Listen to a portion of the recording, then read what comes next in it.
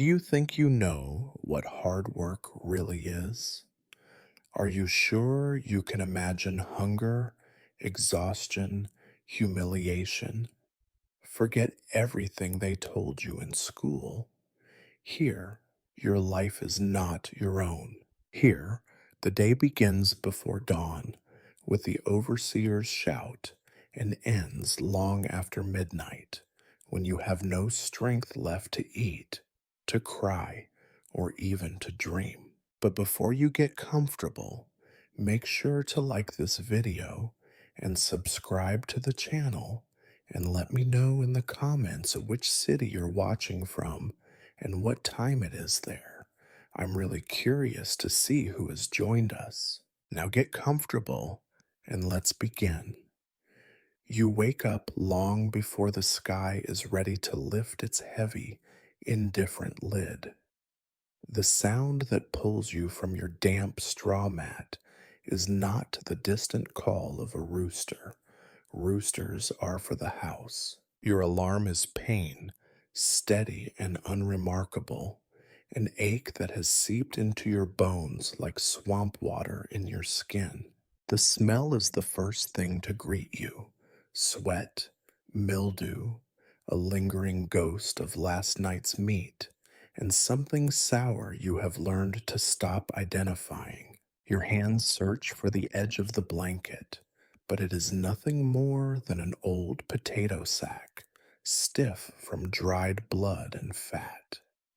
You always keep your fingers close, because the only thing worse than waking up early is waking up late. The overseer says the same words every morning: lazy nigger, hurry up, or you'll feed the pigs. He means it. You have seen it happen before. The sun is not up yet. It rarely is when your day begins. The other men in the barracks groan awake, muttering curses and prayers in languages long since banned from use. You remember when your grandmother whispered in Gullah, but you keep your tongue still. English is the only language of safety here, and even that is risky if you say too much. Your shirt, if you can call it that, is a patchwork of rough linen and meat grease. There are stains that will never come out, no matter how long you beat them on a stone by the river. The air in the cabin is heavy, thick with the scent of human beings sleeping too close together, always pressed for warmth, always pressed for lack of space. You share your mat with rats, sometimes with children, always with memories. Out the small broken window, you see the silhouettes of the animals: the cows, the pigs, the stubborn goats, all waiting in their pens. The fields beyond are dark, a black promise of more work. The main house sits on the hill, glowing faintly with the light of lamps and luxury. They are awake up there too, but their morning is slow, bathed in warmth and silence. Yours is nothing but hurry. You know today will be a long one.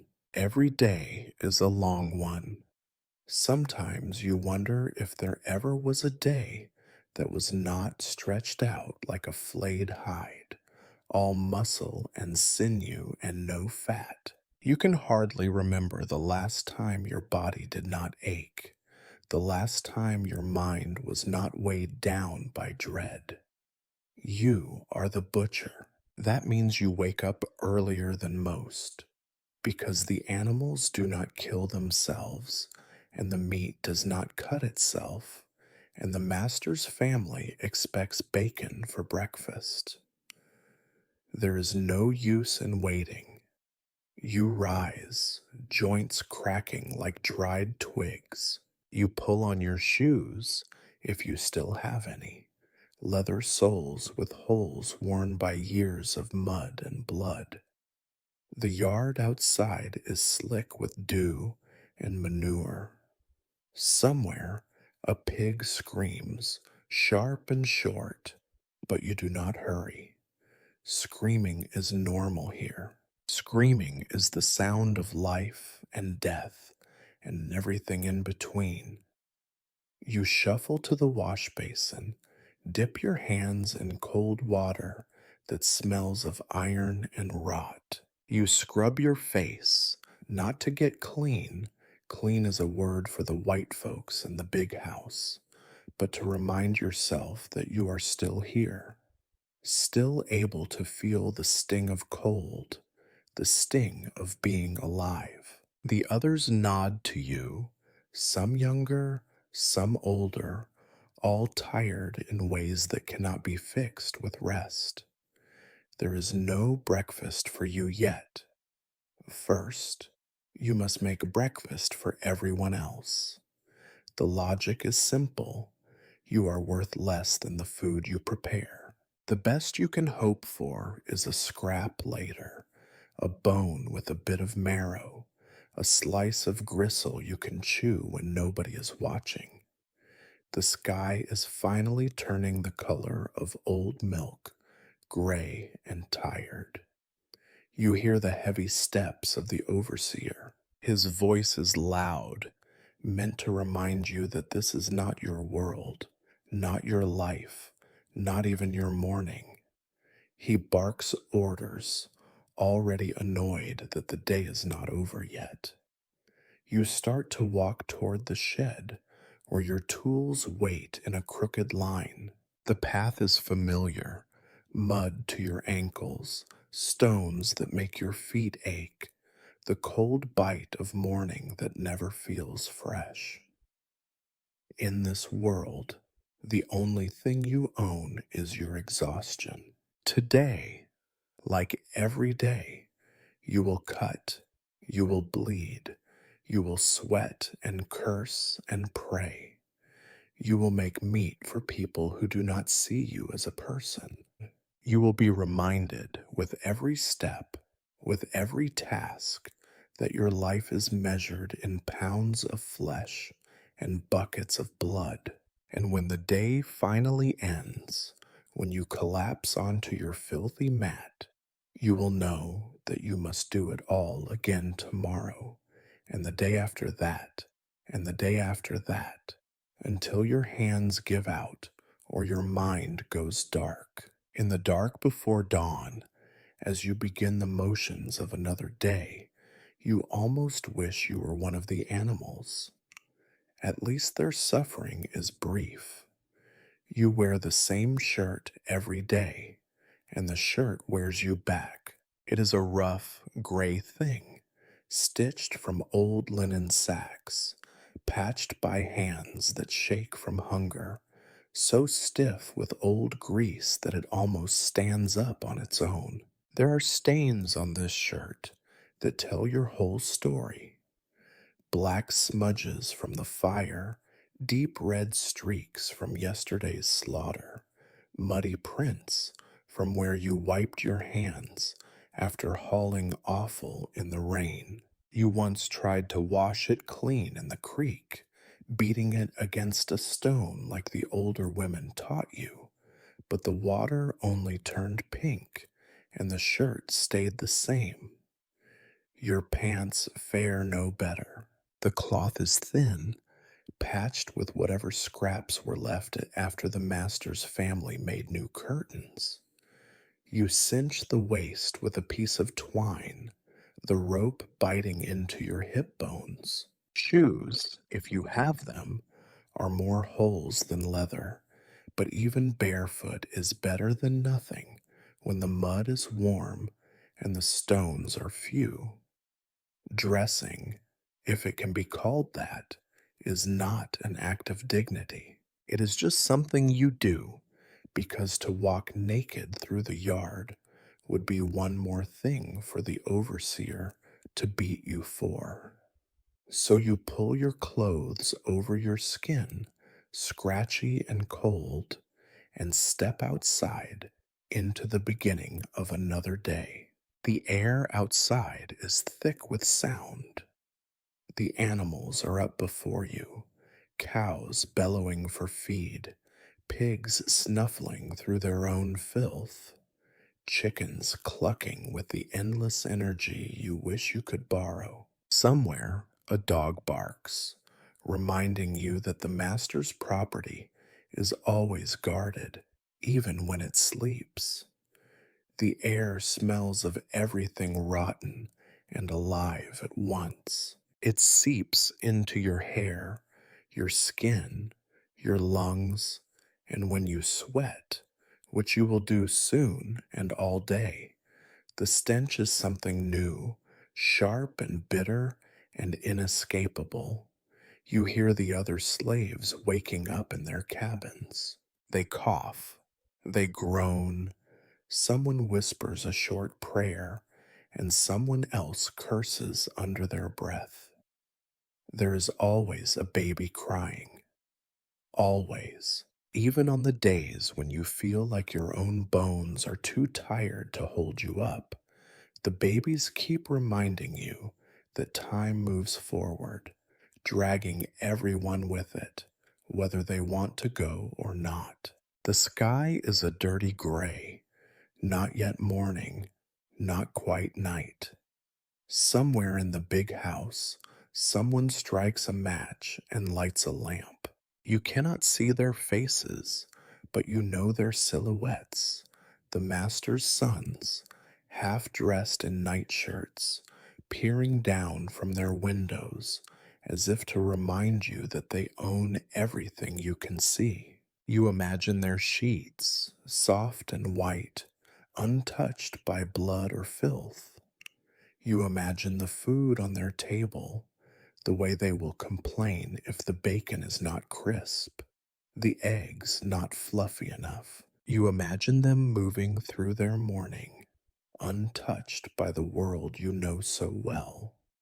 You bend down and splash water on your face, the chill waking you up a little more. The basin is cracked, filled from the pump by the kitchen, and the water is always cold, always tastes faintly of iron and earth. You cup your hands and drink, feeling the roughness of your palms scrape against your lips. Some mornings you allow yourself to look out toward the road, the thin line of dust that leads away from the plantation. You have never followed it, not really, not beyond the tree line where the woods grow thick and dark and the stories of runaways begin and end. They say nobody ever gets far.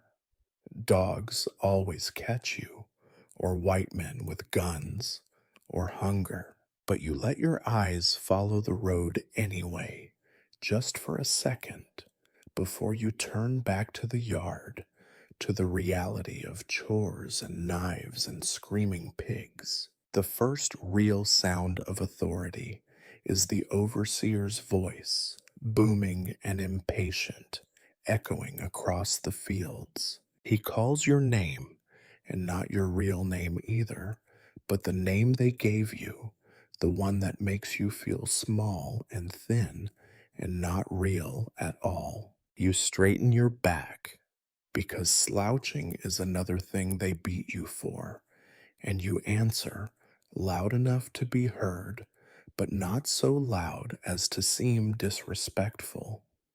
It is a narrow balance, and you have learned to walk it carefully. There is no greeting, no kindness. The overseer starts barking orders, pointing with his stick, telling everyone where to go and what to do.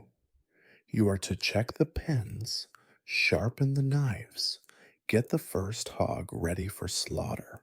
You do not argue, you do not sigh, you do not even let your face show what you feel. Any sign of resistance means trouble, and trouble is always pain. The other men nod to you as you pass. Some of them are older, with faces like carved wood, their eyes flat and empty. Some are boys, not yet grown into the hard work, but already carrying scars. Nobody laughs. Laughter is for later, in the dark, when you are sure nobody can hear. You make your way to the shed where the tools are kept.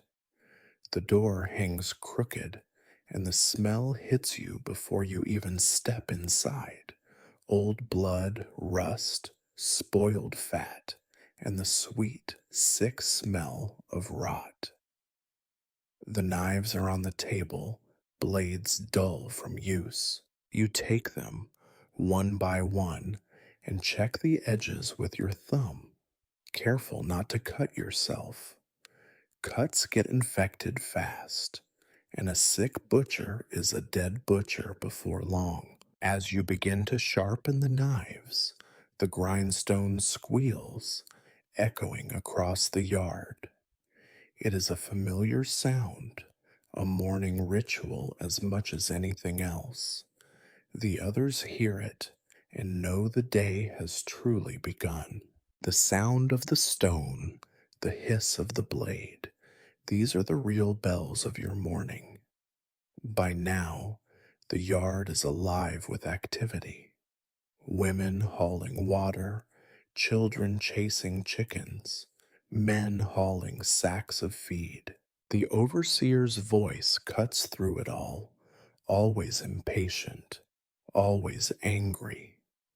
In a few minutes, you will be told to hurry up, that the master's breakfast waits on your speed. You already know it is not true. He will eat when he wants, and you will be blamed for any delay anyway. You close your eyes for a moment, just long enough to remember that you are still a person, even if nobody else sees it. Then you open them again, because the day will not wait for you, and neither will the pain. The sun finally drags itself over the edge of the world, painting the fields in muddy gold. You stand up, knives in hand, shirt sticking to your back, and you take a breath so deep it almost hurts. Another day has started, and you are already tired. You walk toward the animal pens because that is your job. It is always your job, even when you wish it was someone else's. The yard is a patchwork of mud and straw, the ground so trampled that it never grows anything but weeds and mushrooms. The air is thick, already heavy with the smells of the morning, manure, damp hay, and the copper tang of yesterday's blood. The animals know your footsteps before you even reach them. Maybe it is your scent, clinging to you like a guilty secret. Or maybe it is just the way you move, slow and heavy, with the weight of too many mornings exactly like this one. The first to greet you are the cows. Their eyes are huge, wet, and dull, as if they already know what is coming. One cow, a big gray one with a scarred ear, huffs at you, its breath hanging in the morning air.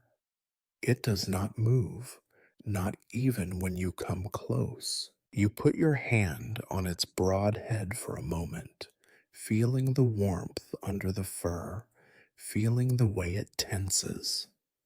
This cow knows you are the butcher, and it does not love you, but it does not fear you the way it fears the men with sticks and guns. You whisper something to it, words you do not remember choosing, a habit you cannot break. The cow blinks slowly. You move on. The pigs are next, and the pigs are always hungry. They crowd the fence, snouts rooting through the mud for scraps, for anything you might have in your hands. Pigs do not care about dignity. Pigs care only for food, and they are not picky. They will eat corn. They will eat garbage.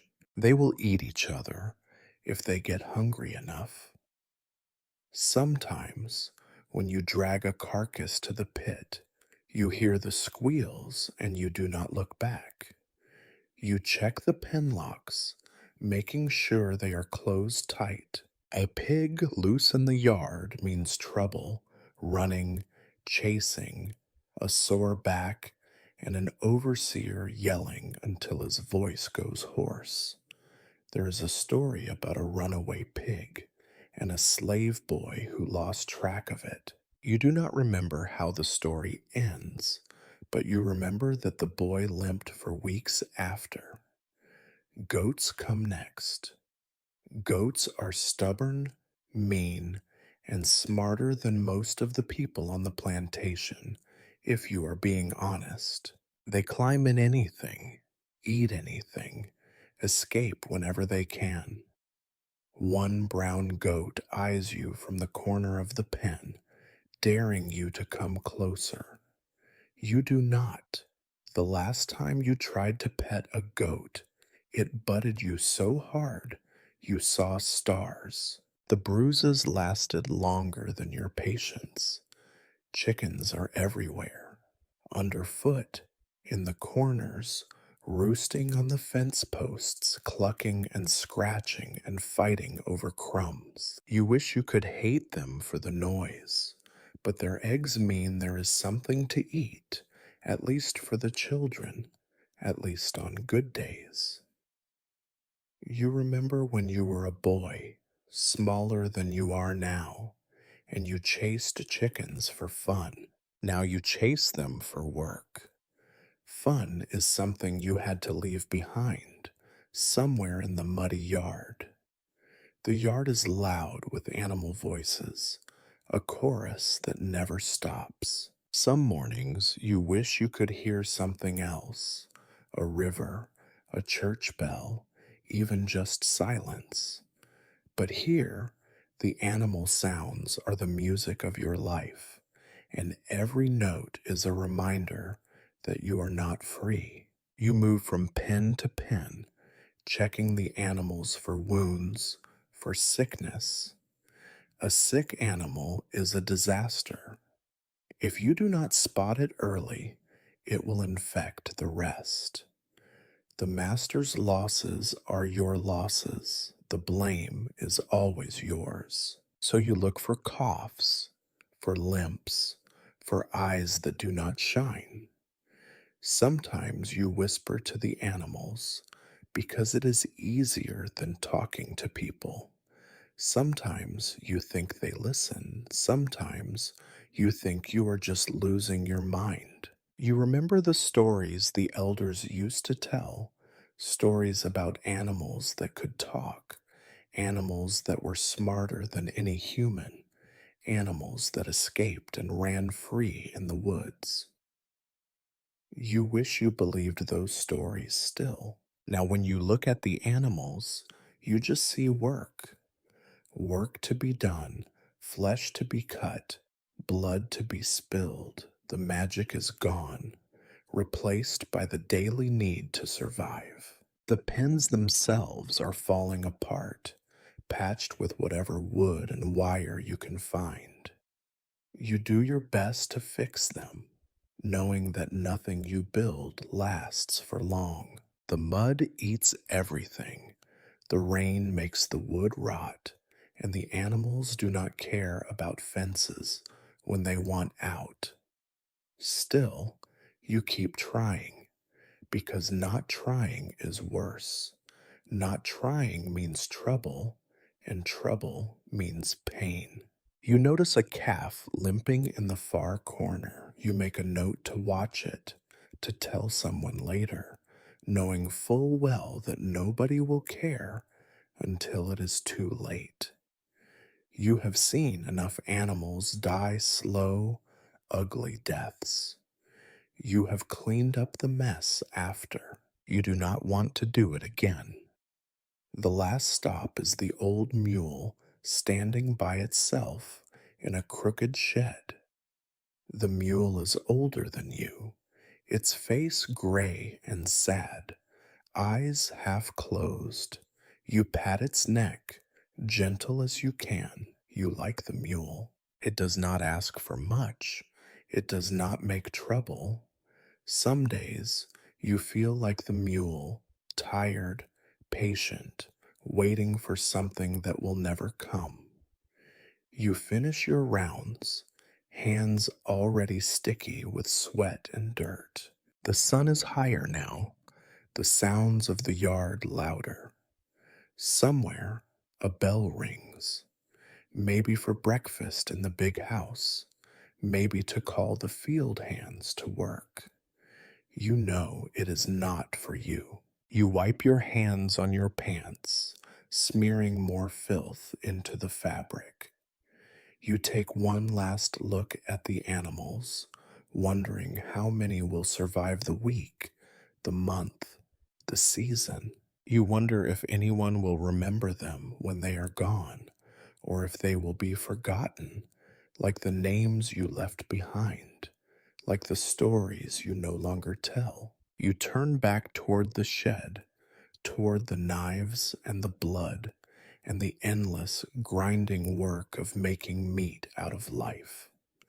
The animals watch you go, their eyes follow you, round and dark and silent. You walk on because you have no choice, because the day is waiting and you are already late. The shed is barely big enough for you and your shadow. Some mornings you pretend you are alone, just you and the tools and the dust that never settles. The floor is dirt, packed hard by years of shuffling feet and spilled secrets. The walls are made of wood, so old it has started to splinter away from itself, and sometimes you worry it will all come down on your head and trap you forever in a coffin of boards and rusty nails. There is no lock on the door, just a nail to keep it closed against the wind and the wandering hands of children too curious for their own good. Inside, the air is different, heavier, as if the ghosts of every animal you have killed still linger, waiting for you to join them. The light is poor, one cracked window, half covered by a feed sack, and a hole in the wall where the rats come and go as they please. Your tools are where you left them. You are careful about that. A misplaced naboth means lost time, lost patience, lost skin. Yours, not the master's. On a narrow table, blackened by grease and neglect, lie the instruments of your trade. They are not sharp enough.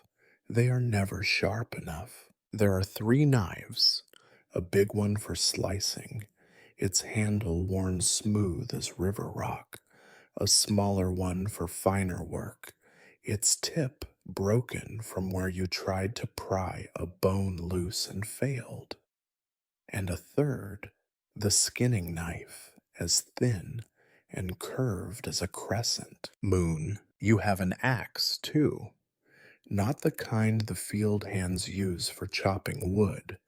This one is for splitting heads, cracking spines, and breaking bones too stubborn for a knife to handle. The axe is heavy, its blade pitted with rust. You do your best to keep it clean, but there are things that do not come out, no matter how hard you scrub. A sharpening stone sits in a chipped tin pan. It belonged to the last butcher, or the one before that.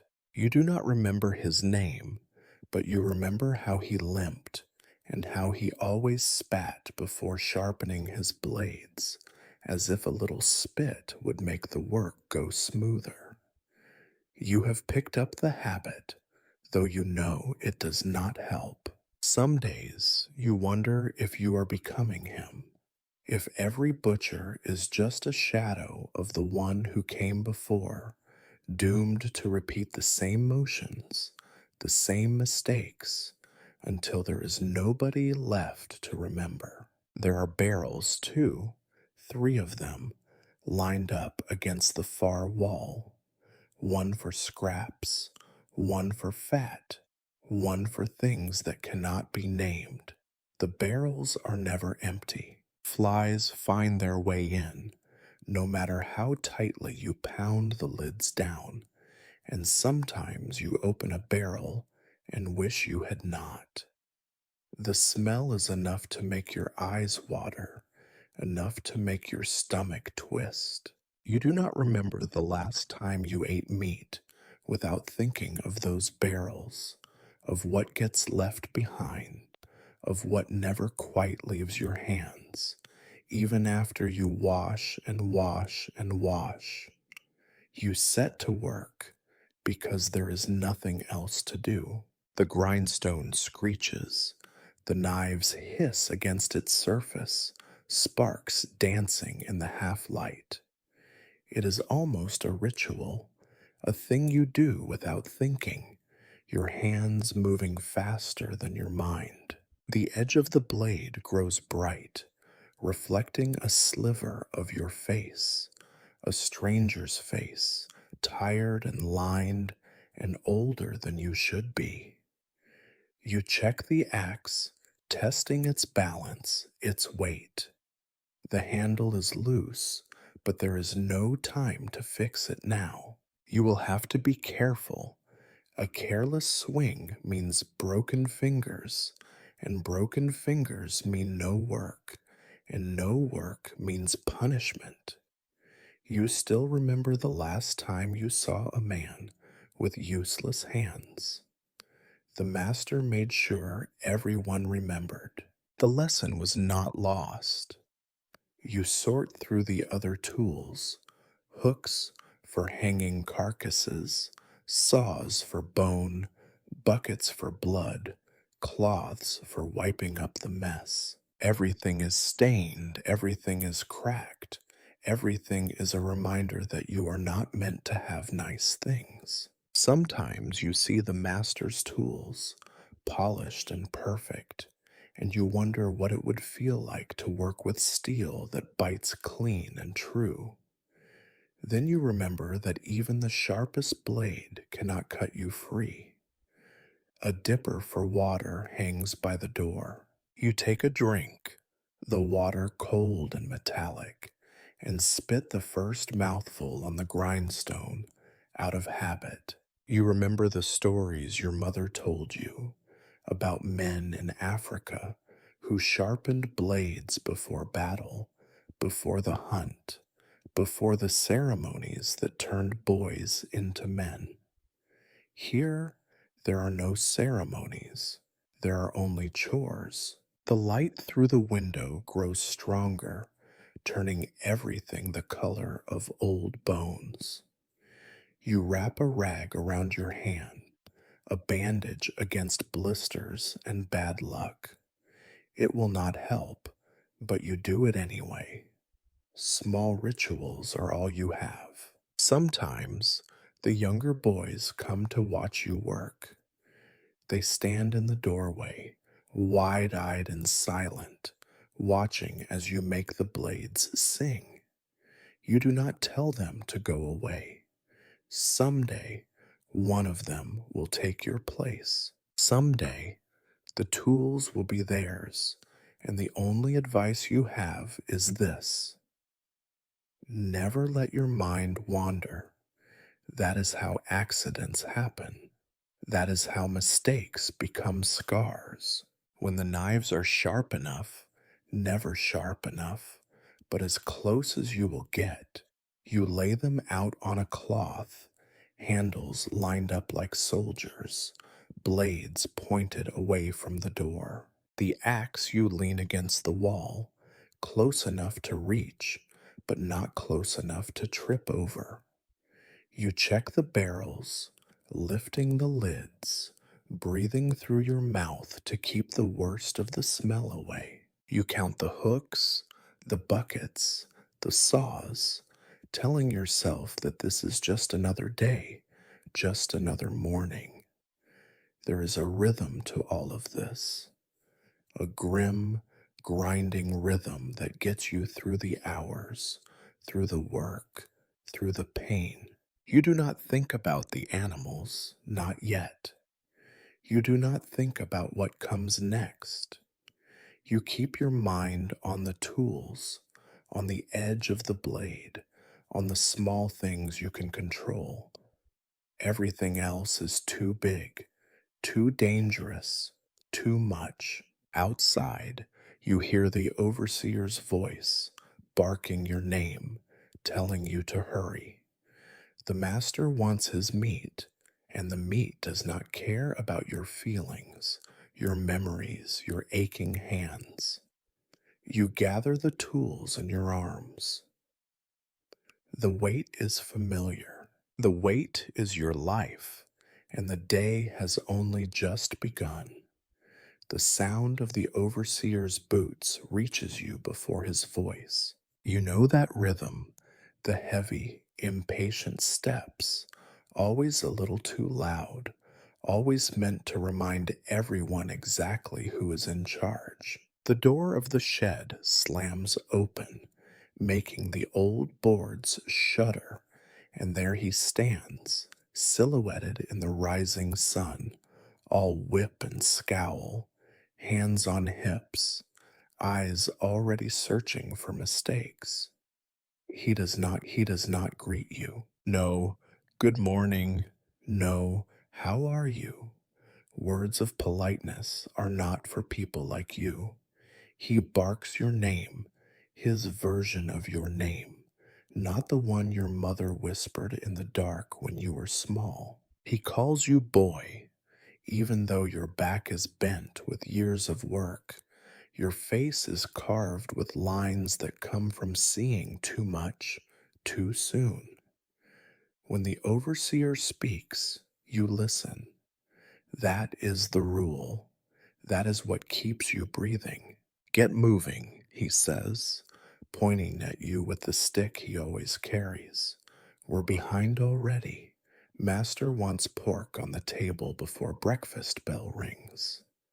Take the two biggest hogs, gut and clean, nothing wasted.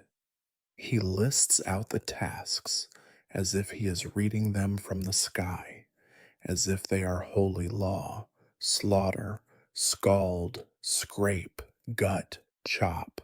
He tells you which animals to kill, which parts to save, which cuts go to the master's table, which bits can be left for the others. There is no room for questions. There is no room for mistakes. Each order is a stone laid on your shoulders, heavy and cold.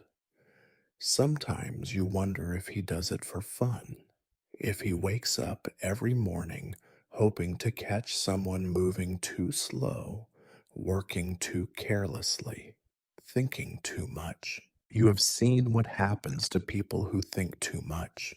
It does not end well for them.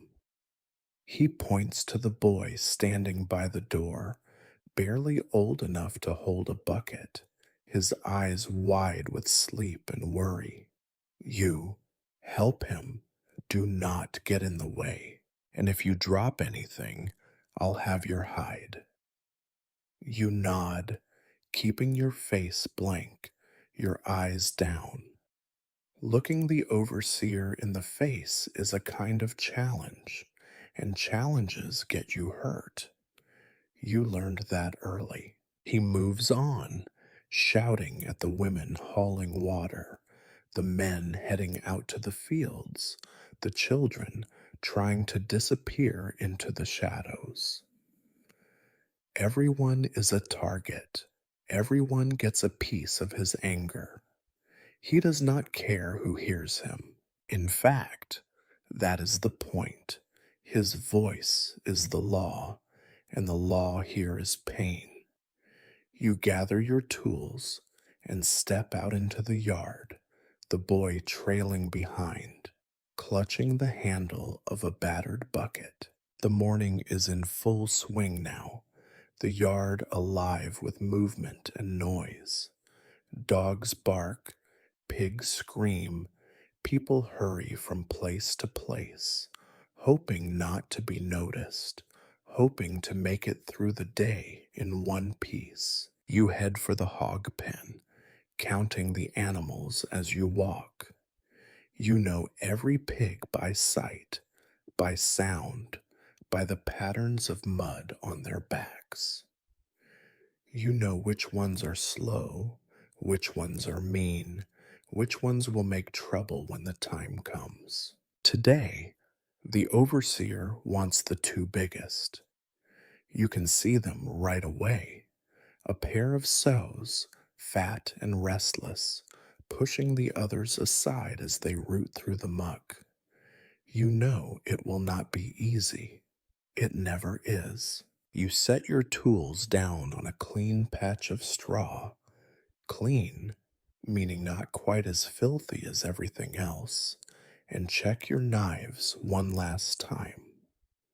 The boy stands back, watching you, his eyes flicking from your hands to the pigs to the shed and back again. You remember being that boy, too small for the work, too scared to run. The overseer calls out one last time from across the yard, his voice slicing through the morning like a knife. And hurry it up, or I'll have you in the field instead. Maybe a day in the sun will teach you to move faster. The threat hangs in the air, thick and heavy. The field is worse than the yard, worse than the shed, worse than anything. In the field, there is no shade, no water, no rest. The field eats people alive and spits out their bones. You nod again, even though he is not looking at you anymore. The only thing worse than being noticed is being forgotten. The boy moves closer, swallowing hard. What do we do first? He whispers, voice trembling. You do not answer right away. You show him. You always show, never tell. Words are cheap here. Words get twisted, lost, punished. Actions are what matter. You show him how to hold the knife, how to stand clear when the animal thrashes, how to keep your fingers out of the way. He nods, wide eyed, taking it all in. He will need to learn fast. Mistakes are not forgiven, not here. You prepare the ropes, the hooks, the barrels for blood. Everything must be in its place, or the work will go wrong. The pigs sense something is coming. They snort, shuffle, eye you with a kind of lazy suspicion. They do not know what is about to happen. You envy them in a strange, bitter way. The overseer stands by the gate, watching, waiting for you to slip, to stumble, to give him a reason to use the stick. He likes when people fail. It gives him purpose, makes his world feel right. You know this, and so you do not fail, not if you can help it. You tie off the first hog, the big gray sow. It fights, squealing, but you are stronger. You have to be. You drag it from the pen, the mud sucking at your boots, the boy struggling to keep up. You position the animal just so, everything exactly as you were taught, everything exactly as it must be. The knife feels heavy in your hand. Your heart is heavy too, but the work does not care. The work must be done. The overseer shouts again, impatient, angry, his stick tapping against his boot. You draw a deep breath. You do not think about what comes next. You do not think about the blood, the sound, the mess. You do not think about the pieces of yourself you have to put away to make it through the day. You just do the job, because here, the job is all you have. You have done this so many times that your hands know what to do even when your mind does not want to follow, but it never gets easier. Each time you stand in front of the animal, knife in hand, it is as if the world holds its breath, waiting for that brief, ugly moment when life becomes meat and all the noise of the morning comes crashing down into silence. The boy stands by your side, tense as a rabbit, his small fists clenched so tight his knuckles have gone white. You do not look at him. You look at the pig, the big gray sow, chosen by the overseer, her eyes wide and uncertain as you loop the rope around her back legs and tie her to the fence post. She struggles at first, her hooves digging into the mud, her breath coming in sharp, shuddering pants. You keep your face still. You cannot afford to show fear. Fear smells like weakness. Weakness is punished. The knife in your hand feels heavier now.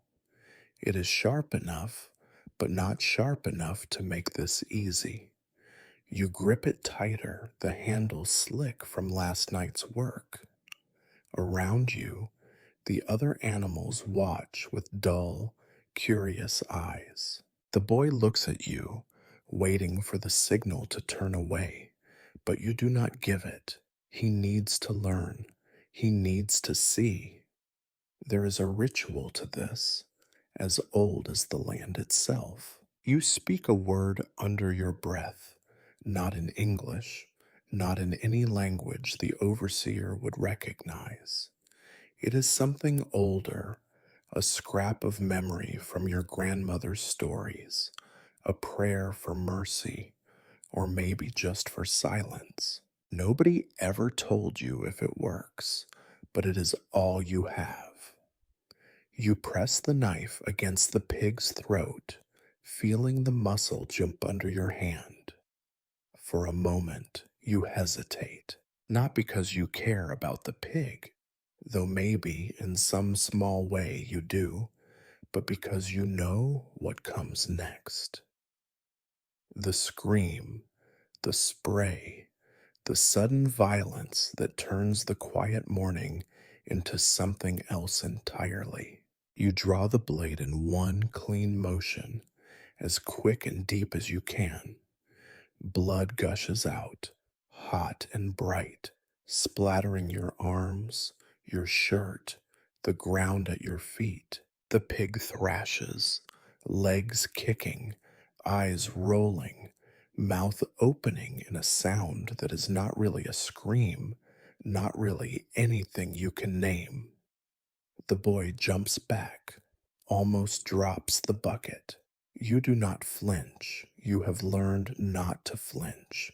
The blood pours out, pooling in the dirt, mixing with the mud and the old stains of every other morning, just like this one. The smell hits you hard, sharp and metallic, with an undercurrent of something sweet and rotten. It fills your nose, your mouth, your lungs. You cannot escape it. You do not try. You hold the pig still until it stops moving. The fight goes out of her all at once, like a candle snuffed by a gust of wind. Her eyes go dull, her breath rattles, then stops. You wipe your hand on your shirt, smearing the blood into patterns you have seen 1,000 times before. The boy stares, his face pale, but he does not cry. That will come later, if it comes at all. You glance at the overseer. He is leaning against the fence, arms crossed, watching you with the same expression he would use for a broken tool or a lazy mule.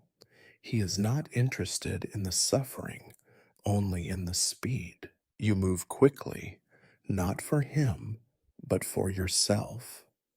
The longer you spend on this, the harder it gets.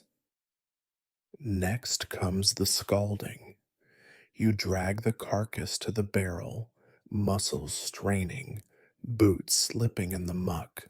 The boy helps, though he is almost too small to make a difference. You dunk the pig in the hot water, counting to 20 as the steam rises, burning your hands through the thin gloves. You pull her out, hair slipping off in wet clumps, skin turning pale and slick. The scraping is harder work, dull work. You use the scraper, your knife, anything that will get the job done. The boy works alongside you, silent now, scraping with all the strength he can muster. The bristles come off in greasy handfuls, sticking to your fingers, your sleeves, your face. The air is thick with steam and the stink of wet hair. By now, the other pigs have quieted down. They have seen this before. Maybe they remember, maybe they do not. The yard is a mess of blood, mud, and noise. Your shirt is soaked, your hands raw. The overseer checks his watch, taps his stick against the post, never saying a word, but always letting you know that he is there. You gut the pig next, slicing her open from chin to tail. The warmth that spills out is almost comforting in the morning chill. The guts fall into the bucket with a wet slap, and the boy looks away for the first time. You let him. There are things nobody needs to see twice. You work quickly, careful not to nick the bladder or the gall. You have made that mistake before. You have the scars to prove it. Once the pig is clean, you hang her by the back legs from the old iron hook. She swings gently, leaking the last of her blood into the barrel below. You step back, catching your breath, feeling your arms tremble. You could rest now, just for a second, but you do not. The overseer would notice. The boy wipes his hands on his pants, eyes wide but dry. He looks at you, waiting for approval, waiting for something you do not have. You nod just once, then turn back to your tools. There is another pig to kill, another round of screams, another bucket to fill. You do not think about the pig anymore. You do not think about what comes next. You move through the motions, your hands sure, your heart hidden away somewhere deep inside. The blood dries on your skin, turning your fingers stiff, your nails dark. You do not try to wash it off. It will be back tomorrow. By the time the overseer calls out again, you have finished with the second pig. The bodies hang side by side, swinging in the breeze, eyes wide open and empty. The yard is quiet now, the work almost done, at least for this part of the day. You gather your knives, wiping them clean on a rag that will never come clean. The boy stands beside you, silent, watching. You do not speak. There is nothing to say. This is the work. This is the life, blood, mud, and silence. You wonder, just for a moment, if there is a place where mornings do not start like this. You wonder if you will ever see it. But then the overseer calls, and you go back to work, because work is all there is. Once the killing is done, the real work begins. If you could forget the blood, you might think the worst part is over. But it is not over. It is never over. There is a whole day stretched out before you, and you know exactly how it will taste, how it will smell, how every bone in your body will ache before it is done. The sun, now high enough to burn the fog from the fields, does not warm you. It only makes you sweat. Your shirt sticks to your skin, heavy with old and new stains, clinging like a second hide. The yard is alive with the kind of heat that makes everything stink a little more. Pigs, mud, sweat, and the metallic tang of blood drying in thick brown streaks across your hands. In this heat, nothing stays fresh. The flies know this too. They come in black clouds, fat and greedy, crawling over everything. Your hands, your arms, your face, the carcasses swinging from their hooks. Sometimes you wish you could swat them all, chase them away, but there are too many and too much work to do.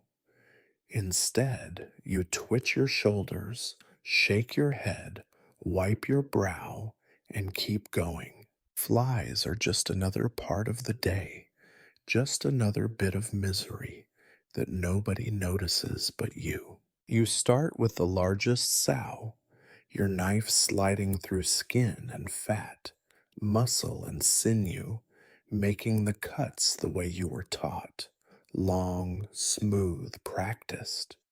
You do not think about what you are doing. If you do, it becomes unbearable. You focus on the work, removing the head, splitting the chest, separating the quarters. Each piece has a purpose, a destination. The best cuts for the master's table, hams, chops, thick slabs of bacon. The rest for salt pork, sausage, scraps for stew, bones for broth, fat for soap, guts for the barrel. The boy helps where he can, carrying buckets, fetching clean water, holding a limb when you need a third hand. He tries not to look at the worst of it. The eyes, the mouth, the deep red of the lungs coming loose with a wet, rubbery pop. You do not blame him. You remember when you tried not to look too. You work as quickly as you can, but quickly is never quick enough. The sun climbs higher and the heat grows thick. The yard smells of everything rotting and alive at once, of sweat and fear and the kind of dirt that will never come off. The mud beneath your boots turns slick, and your legs ache from standing, from stooping, from bracing against the weight of animals and knives, and the endless grinding need to keep moving. Flies buzz at your ears, crawl up your nose, lay eggs in the corners of every open wound. You swat at them half-heartedly, knowing you are losing. Sometimes, when the heat gets too much and the blood starts to dry in sticky stripes across your arms, you wonder if you are being devoured just as surely as the pig. Bit by bit, day by day, your life stripped away and fed to something else. A little girl comes from the house, carrying a message from the kitchen. She is the cook's niece, quick and clever, barefoot in the dust. She stands a safe distance from the mess, wrinkling her nose, and says, "Mrs. wants ribs for supper. Save the big ones." You nod and try to smile, but your face is stiff from the sun and the flies and the weight of too many hours.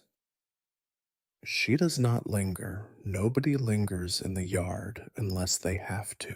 You sort the pieces into buckets, tubs, and baskets. One for the kitchen, one for the smokehouse, one for scraps that will go to the slave cabins, if there is anything left after the best bits are gone. Sometimes, when the pigs are thin and the kitchen greedy, there is nothing left but bones. Bones, and the hope you can crack them for the marrow. The filth seeps into everything.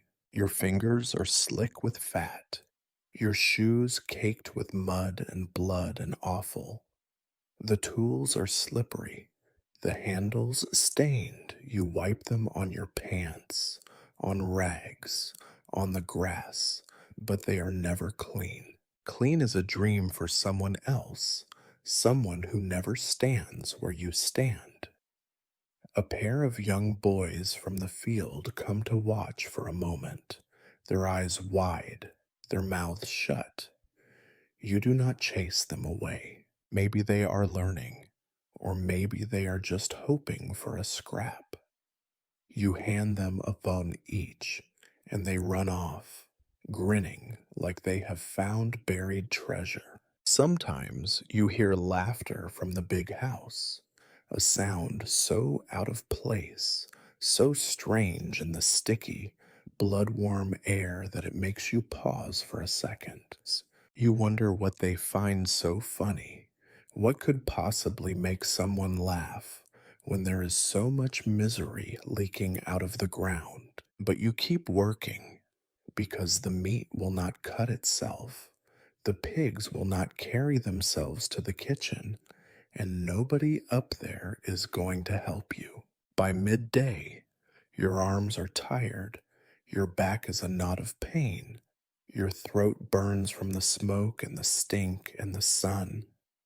The flies have won, the heat has won, the work has won, but you keep going because stopping is not an option.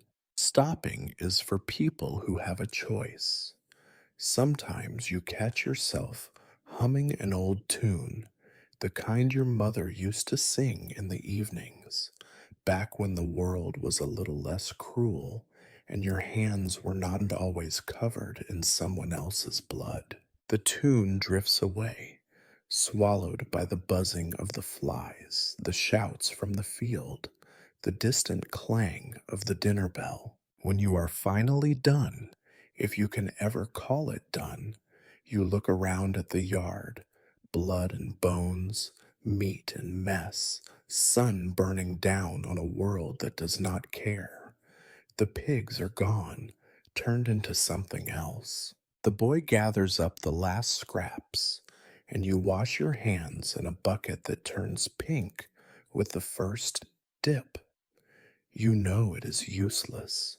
The stains go deeper than the skin.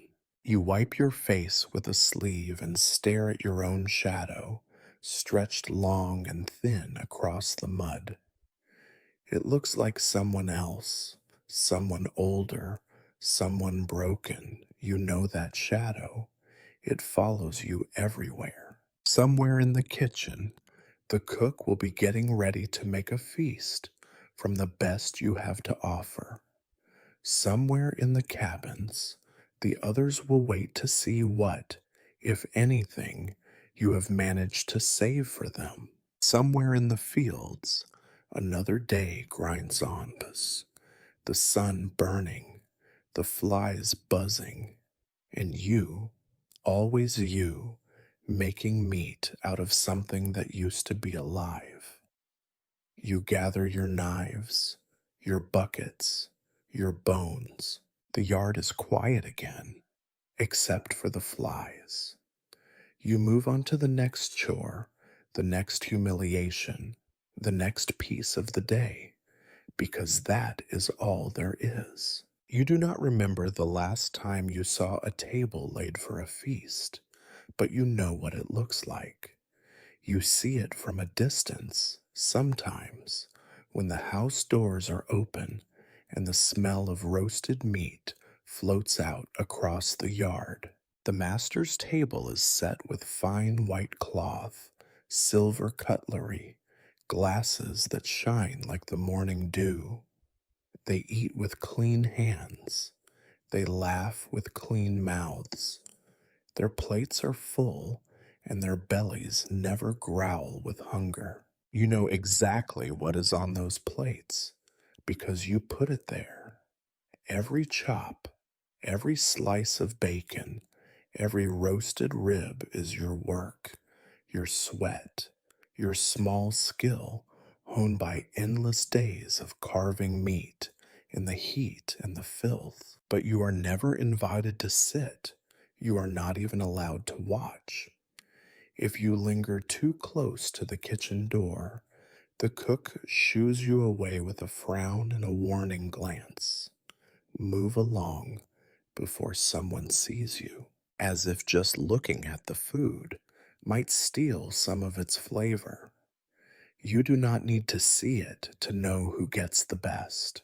The thick slabs of pork, the chops with just enough fat to melt on the tongue, the delicate slivers of jowl, and the marrow rich bones for soup. The cook takes them first, by order and by habit, packing them on platters and dishes, sending them into the dining room on the arms of house servants in starched aprons. The smells that drift back through the open window are thick and warm and almost sweet. Smoke, spice, fat. Sometimes your mouth waters and your stomach clenches tight, but you keep your face still. You have learned that hunger is a private thing.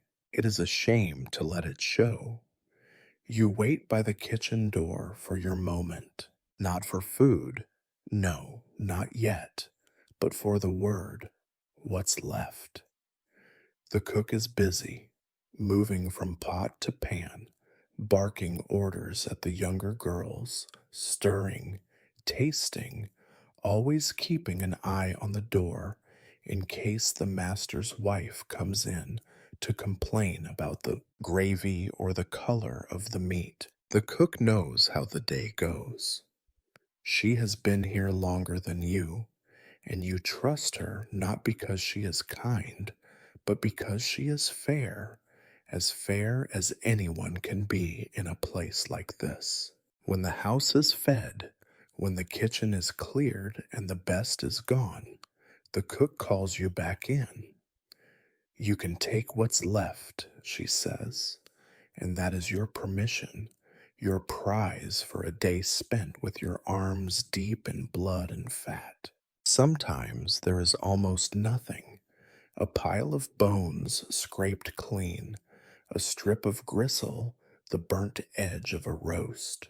Other times, when the pigs have been fat, and the master has guests, and there is more than even they can eat, you find a bit of meat clinging to a rib, a knob of fat to chew, a curl of skin crisped by the fire. You take it all, not because you are greedy, but because you know what is waiting back in the quarters.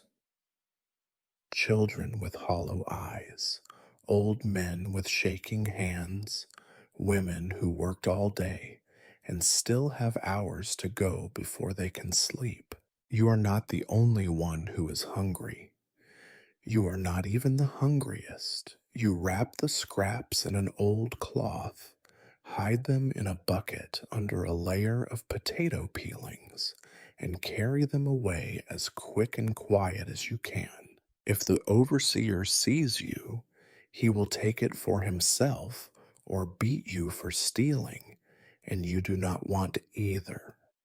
The walk from the kitchen to the quarters is not long, but it feels like forever. Every step is a risk, every shadow a threat. You pass the laundry, where women bend over steaming tubs, their faces shining with sweat. You pass the fields where men swing hoes in the sun, their backs bent like question marks.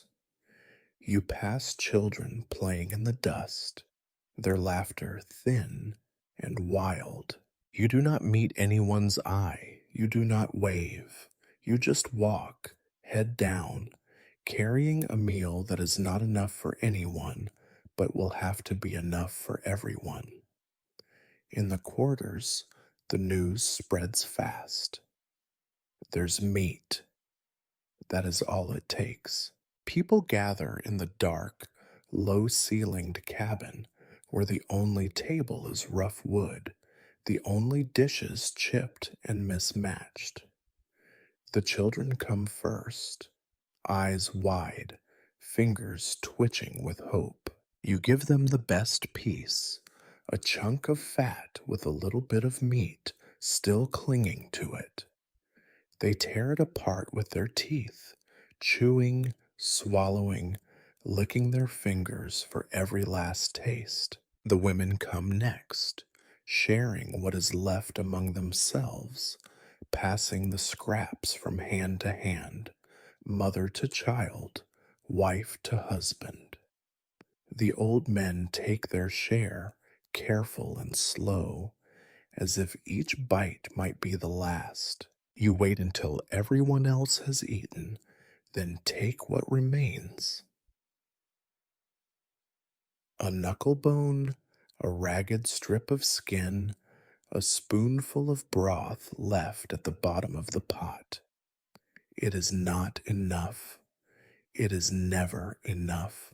But you pretend that it is, because pretending is easier than complaining, easier than crying, easier than wishing for something you will never have. Some nights, when the master's table has been especially full, you find yourself chewing on a piece of gristle so tough you have to close your eyes just to swallow it. You do not spit it out. You cannot afford to waste anything. You remember stories your mother told you about how in Africa the elders would save the best piece for the youngest, the sickest, the weakest. Here, everyone is weak. Here, everyone is hungry. There is a special shame in hunger. It is not just about food, it is about being seen, being pitied, being made to beg for what you have already earned 10 times over. You hide your hunger behind jokes, behind silence, behind the slow, steady movements of someone who has learned to wait for everything and expect nothing. Once, you saw the master's son throw a whole plate of pork chops out the window because they were too cold. You watched the dogs fight over them, snapping and snarling, while you pretended not to care. That is what it means to be you, working all day to make something you will never taste, watching others waste what would keep you alive for a week. After the meal, there is no time to rest. The chores wait, water to haul, fires to tend, children to comfort, wounds to clean. You do not have the luxury of a full belly, of a soft chair, of an hour to let your food settle. You eat standing up, you eat quickly, you eat what you are given, and never ask for more. Sometimes, when you lie awake at night, your stomach rumbling, you wonder what it would be like to eat at the master's table, to have more than enough, to have choices, to have food that is not tinged with the taste of fear, of hurry, of anger.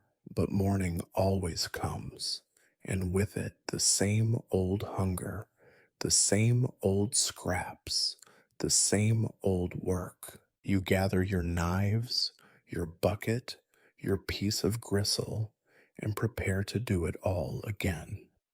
Because here there is no end to hunger. There is only another day, another meal, another bite of something that is never enough. You hear the children before you see them, always. They move in packs, like small, wild things, slipping through shadows, darting behind barrels, chasing chickens with bare, dirty feet. Their laughter is sharp, almost desperate, as if they know it might be the only bright sound in a day already heavy with work and warnings. You remember what it was like to be that small, that light, when your arms did not yet ache, and you could still pretend the world was just a little bit kind.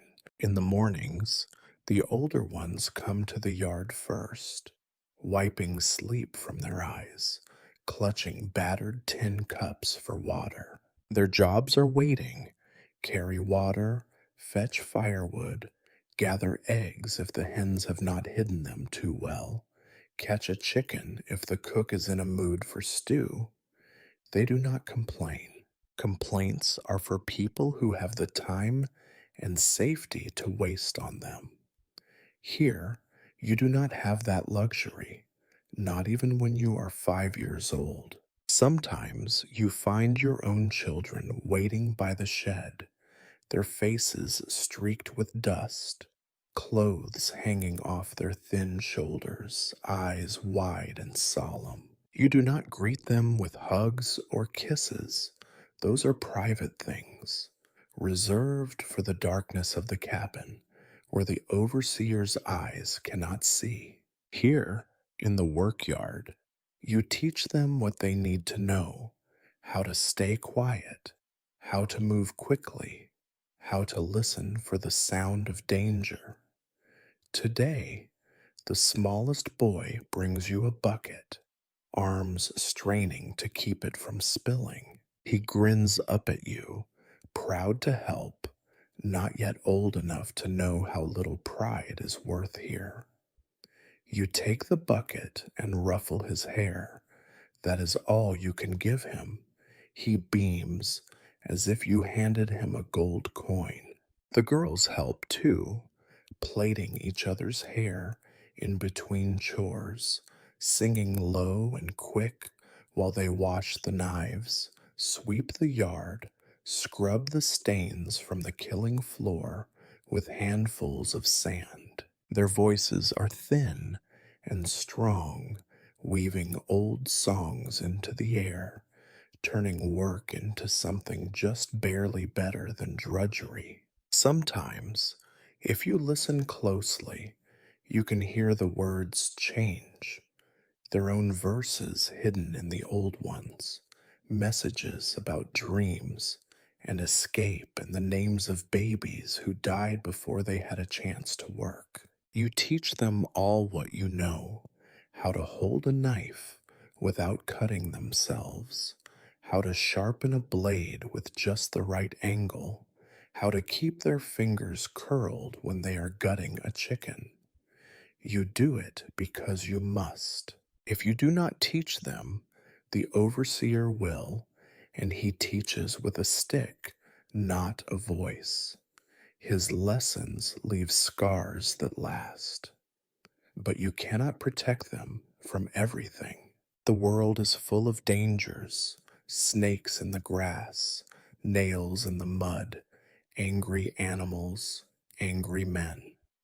You have seen too many children limp home at night, with blood on their legs, bruises blooming under their shirts, fever burning in their eyes. You have buried too many little bodies under stones out behind the quarters, names carved in your memory because you had nothing else to carve them with.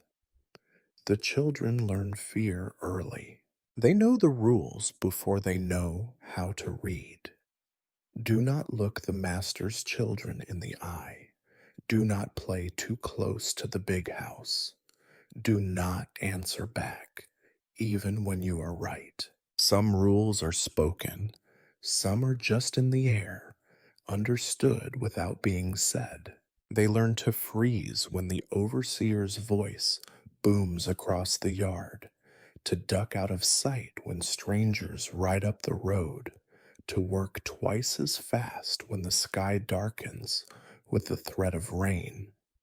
Even play is dangerous. You see the little ones running after a chicken, shouting and laughing, and your heart clenches tight. All it takes is a broken egg, a frightened squawk, and suddenly there is trouble. Someone accused of stealing, someone punished for noise, someone whipped for a mess they did not make. You tell them to play quiet, to keep their games behind the cabins, but children are children. They forget. There are some days, rainy, gray days, when the fields are too wet to work and the overseer is nursing a hangover in his own house, when the children are allowed a little freedom. They sit by the fire, passing stories back and forth, stories handed down from mothers and fathers and grandparents nobody remembers.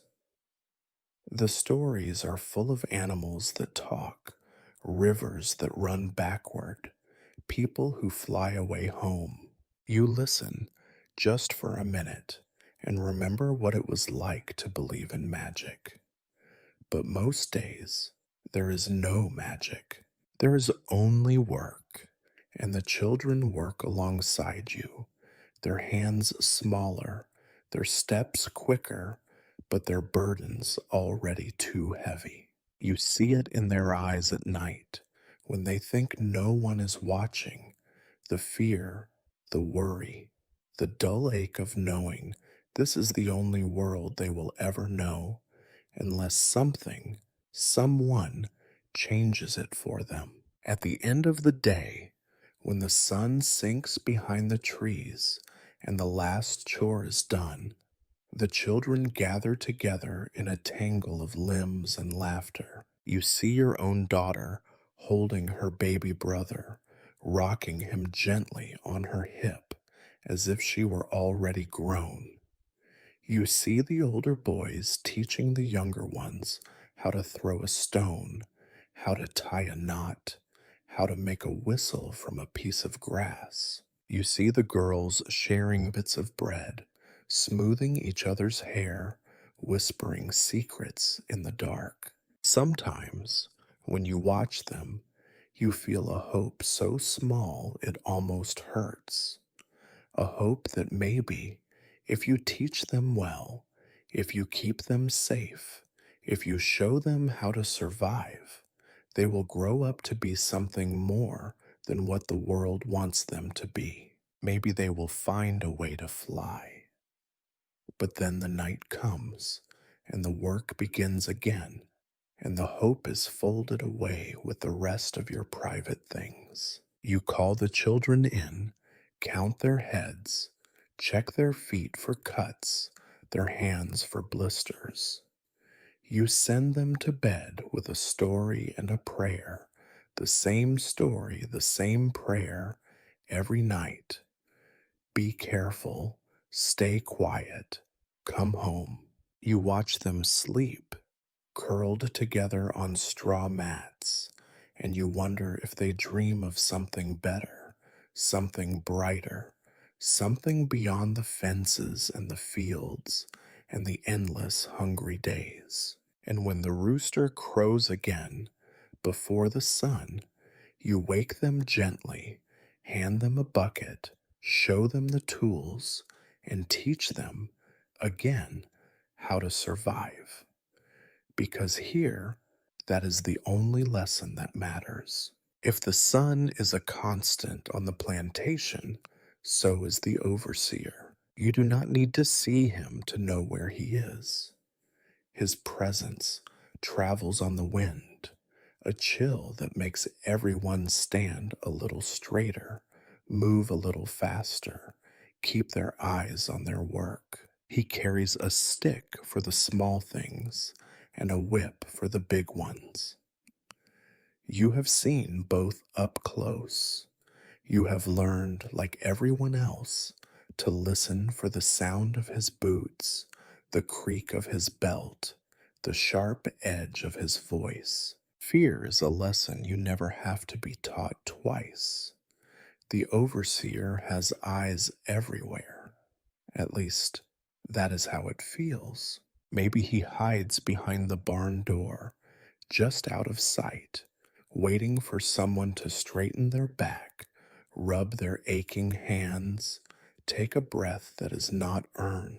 Maybe he stands at the window in the big house, watching you through the glass while he sips coffee from a porcelain cup you will never touch. Maybe he is not even watching, but you act as if he is, because the one time you let your guard down will be the time he catches you. It is not just the stick or the whip you fear. Sometimes the punishments are quieter, more lasting. A fine deducted from the pitiful allowance you might get for Sunday clothes or a little tobacco. A day's rations taken away for something as small as a broken tool or a muddy floor. You have watched men and women get fined for things they did not do: an egg missing from the coop, a shovel left in the rain, a window cracked by a child's ball. There is no justice here, only authority. Authority always wins. You become good at hiding, not just your body, but your mind, your true self. If you are tired, you do not show it. If you are hurt, you work harder. If you are angry, you swallow it down with the taste of old gristle and muddy water. You tell jokes with your eyes instead of your mouth. Share warnings with the smallest tilt of your head. Everything is a code, a signal, a way to stay alive in a world that is hungry for your pain. Some days, you work so fast your fingers blur, hoping speed will save you from scrutiny. But speed has its own dangers. One slip of the knife, one careless cut, and suddenly there is blood that should not be there, your blood. The overseer does not care about your pain, only about his timetable. He tells you to bandage it and do not bleed on the meat.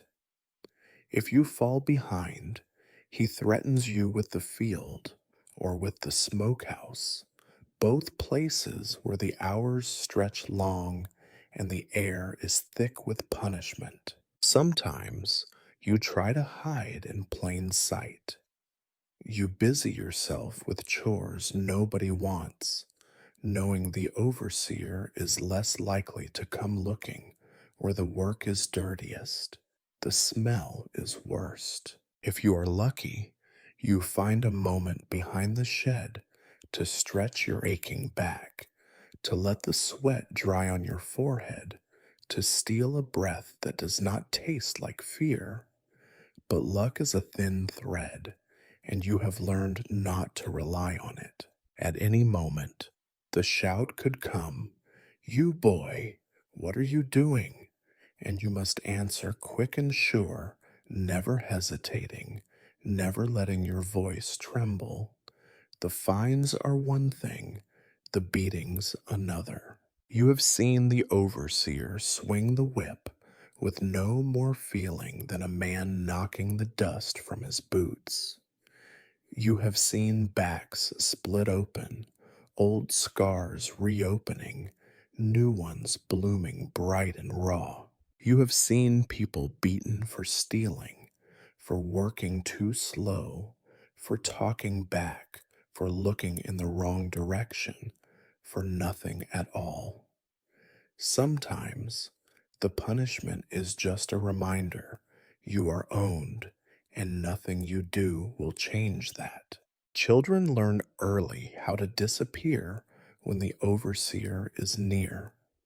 They crouch low behind barrels, hide under porches, slip behind their mother's skirts. You watch them and remember being that small, heart pounding as you hid from the stick or the sharp pinch of angry fingers. The older children get braver, sometimes too brave. You warn them softly, always softly. Never look him in the eye. Never run unless you have to. Never talk back, not even in a whisper. There are days when the fear is almost worse than the pain itself. You carry it like a sack of stones, heavy and always threatening to tip you over. It shapes your days, your movements, your very thoughts. You do not dare to dream too big, to laugh too loud, to rest too long. You measure every gesture, every word, every breath. You hear stories at night of runaways who made it to the river, of clever tricks that fooled the overseer, of tiny rebellions hidden in plain sight. These stories are told in whispers, behind closed doors, after the overseer has gone home to his own soft bed. They are both hope and warning. For every story of escape, there are three of capture, of punishment, of names spoken with a hush because they are gone now, never to return.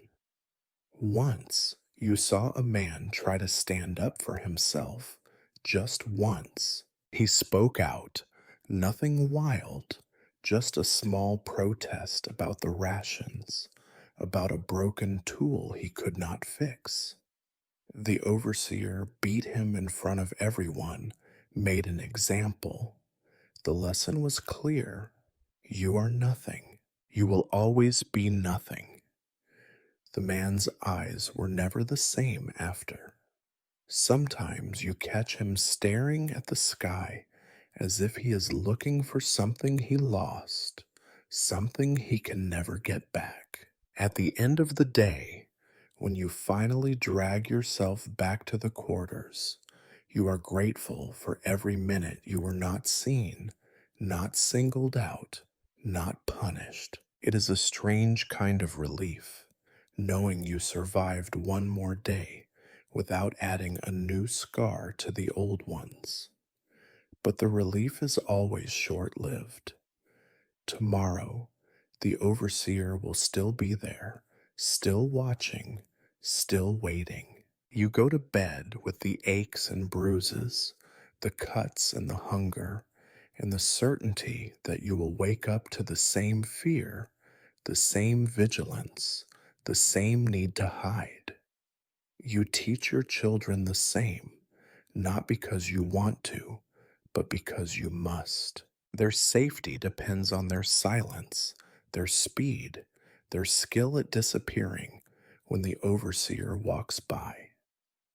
Some nights, in the brief moments before sleep, you let yourself remember a time before the fear, if such a time ever existed. But the memory is slippery, drowned out by the sound of boots, the crack of the whip, and the quiet, endless threat of being noticed.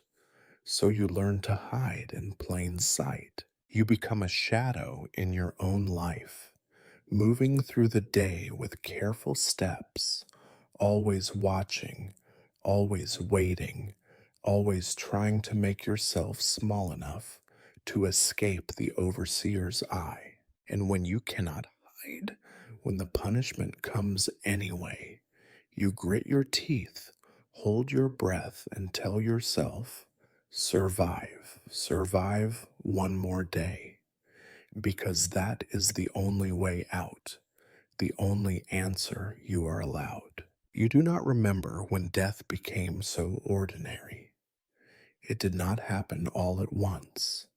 It seeped in slowly, drop by drop, like rainwater leaking through the roof of the old shed. At first, you noticed it every time, every sharp cry, every shuddering end, every pool of blood spreading across the yard. Now, it is just another part of your day, as normal as the sun rising, or the whip cracking, or the sound of children running between the cabins. Death is the work, death is the backdrop. You carry it home on your skin and in your breath. Killing the animals is not the hardest part. What is hard is how easy it becomes. The first time you cut a pig's throat, your hands shook so badly you almost dropped the knife. The overseer yelled, and the pig thrashed, and your ears rang with the sound of it screaming. The blood splattered your shirt, and you washed it for an hour, but the red never fully faded. You dreamed about it that night, dreamed you were running, but your feet would not move, dreamed you were trapped in the pen with the pigs screaming all around you. But dreams do not last here, and the living have work to do. Now you move through the steps like a dance. Tie the legs, raise the knife, cut deep and quick, step back to avoid the worst of the spray. You have learned to keep your eyes fixed on the work, not the animal's face. The more you look, the more you feel, and feeling too much is a danger. Feeling is a crack that punishment can slip through. Sometimes you catch yourself talking to the animals, whispering little apologies, making up prayers in a language you do not quite remember. You do not know if it matters. Maybe the animals understand.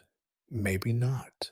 Maybe you do it just for yourself, to remind your heart that it is still there, buried under all the work, the sweat, the fear.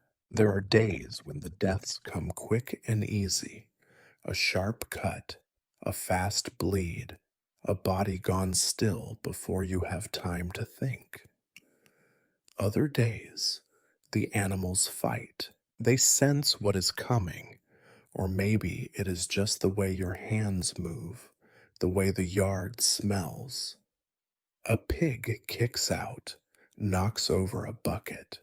A cow twists its head and almost breaks your wrist.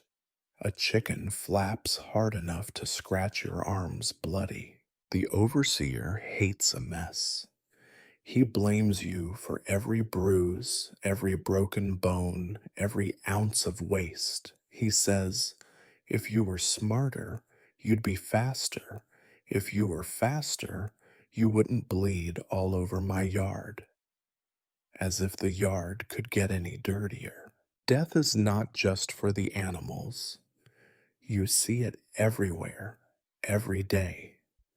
The old man in the corner cabin, coughing his lungs out through the cold winter nights. The baby who did not wake up, her mother sitting silent on the stoop for hours before she could bear to call for help.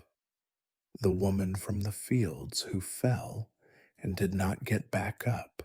Heat stroke or a heart that just gave out. You dig the graves yourself.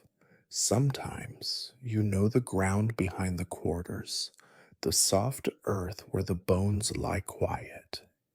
You do not cry for the dead anymore. You barely cry for yourself. It is not safe. Crying is for people who can afford to fall apart.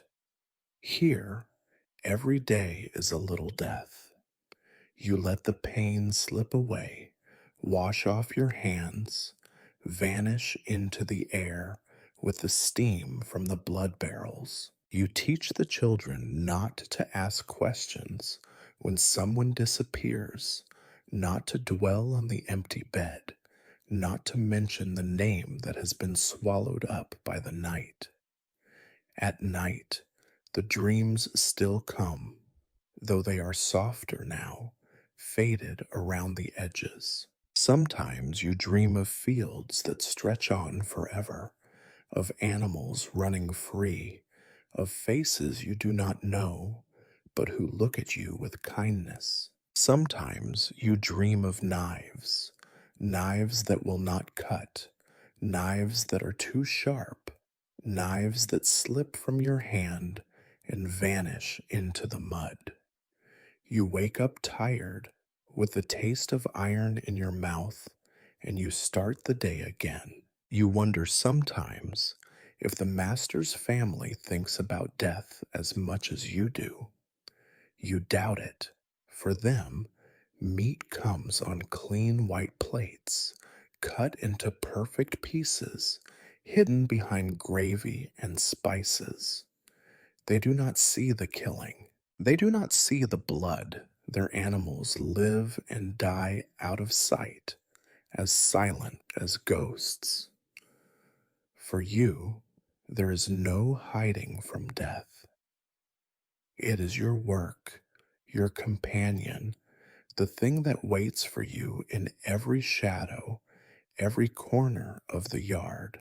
There are moments, brief, guilty moments, when you are almost grateful for the numbness. If you felt everything, you would break apart. If you cared for every animal, every person, every lost hope, you would drown. So you let it all settle like mud at the bottom of a barrel. You keep moving, keep working, keep breathing. Death is not an ending here.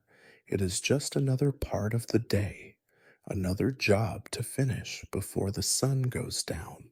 You wonder how long you can keep doing this, how long your hands will stay steady, your heart quiet. You wonder if there is a number, a certain count of lives taken, a certain weight of bodies carried, a certain number of graves dug, after which you finally become something else, something less than a man, something made only of scars and habits and the memory of too much blood. But there is no time to wonder for long. The bell rings, the sun rises, the overseer shouts, the animals wait. You gather your knives, your buckets, your quiet prayers, and you walk out into the yard. You step over the stains, the bones, the memories, and you do the work that must be done. Because death is just another part of life, and here, life is nothing but work. The yard around the shed is never dry, not even in high summer when the sun burns the fields into brittle stubble and the dust rises like smoke. Here in your corner, there is always mud, a thick, sticky soup made of spilled blood, offal, and the runoff from last night's storm. It seeps into your boots, seeps through the soles, soaks your feet until your skin wrinkles and blisters, cracks and peels. There is no keeping clean here. There is only the struggle to keep the filth from crawling up your legs and into your bones. The gutters around the yard overflow with each rain, washing away the lighter mess, but leaving behind the heavy, slow rot. Strips of fat, gristle, bones too small to bother with, feathers, tufts of hair. It collects at the low end of the yard in a stinking pool where flies hatch and breed in thick, buzzing clouds. Sometimes you see a rat, bold as anything, wading in to drag away a scrap. Sometimes you see children poking sticks into the muck, hoping for a lost coin, or maybe just because even this is a change from the endless grind of work. The stink rises with the sun, a wet, meaty odor that clings to your hair, your skin, your breath. You try not to smell it, but the air is full of it. inside the shed, out in the yard, even back in the quarters where you sleep. Sometimes, lying in the darkness, you swear you can taste it on your tongue, sweet and sour, sharp and rotten, like old teeth and spoiled milk. It gets in your nose and does not leave, no matter how hard you scrub.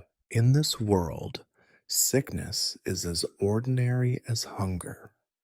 Cuts do not heal, they fester. Blisters turn to sores, and sores turn to wounds that ooze yellow and stink worse than the gutters. A cough that starts in the night is still there in the morning, and a week later the cough might turn bloody. You learn to recognize the signs: shivering in the heat, eyes glassy, lips dry and cracked, a kind of weakness that makes getting up for work feel like lifting a mule. You have seen men and women fight their way through a day like this, bent double, dragging themselves from task to task, praying for strength or for death, whichever comes first. Children, too, fall sick. The little ones are most at risk. Runny noses that never clear, bellies swollen from worms, skin pocked and peeling from rashes nobody can name. Mothers rub their backs, whispering old words that traveled across the ocean, trying to call back the strength that life here steals away so quickly. Sometimes the child gets better. More often, they just fade, breath growing shallow until one night it stops altogether. Then the crying starts, soft and low, barely heard over the wind. You have learned to hide your own sickness. If you cannot work, you do not eat. If you cannot keep up, you get the whip, or worse, sent to the field, where the sun and the overseer's eyes are even harsher. You wrap rags around your wounds, keep moving, chew bitter roots when you can find them, drink extra water if there is any to spare. Some days, your hands shake so badly you can barely hold the knife, but you grit your teeth and go on. The work does not wait for sickness. There are no real doctors for people like you. Once, a man from town came with a black bag and shiny tools, but he looked at you all like you were animals, not people. He listened to the master, took his tea in the parlor, and then left without touching a single wounded hand, a single burning forehead. When someone is truly sick, you trust the old women in the quarters more than any white doctor. They know roots and poultices, boiled weeds, and whispered prayers. Sometimes it works, sometimes it does not. You have seen both. The worst times come in the rainy season, when the mud turns slick and the air grows heavy. The gutters overflow, the water rising in the yard, turning every step into a struggle. The animals, penned in close, grow restless and sickly. Chickens die, pigs cough and wheeze, cows shiver in the night and refuse to eat. You know that if too many animals die, there will be hell to pay. The master does not care why. He only wants to know who is to blame. The overseer will send you to clean the gutters, to shovel the mess from the low places, to dig new ditches with your hands if the shovels are broken or missing. You do the work, nose burning from the stench, hands raw from the wet. The water seeps through your sleeves, your pants, chilling you to the bone even in the heat. Flies land on your face, crawl into your mouth if you are not careful. You spit them out, wipe your lips on the back of your hand, keep digging.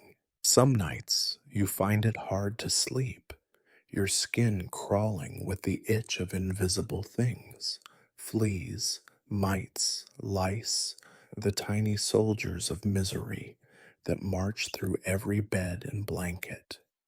You scratch until you bleed, and the wounds never heal. Everyone is bitten, everyone is raw, everyone is too tired to complain.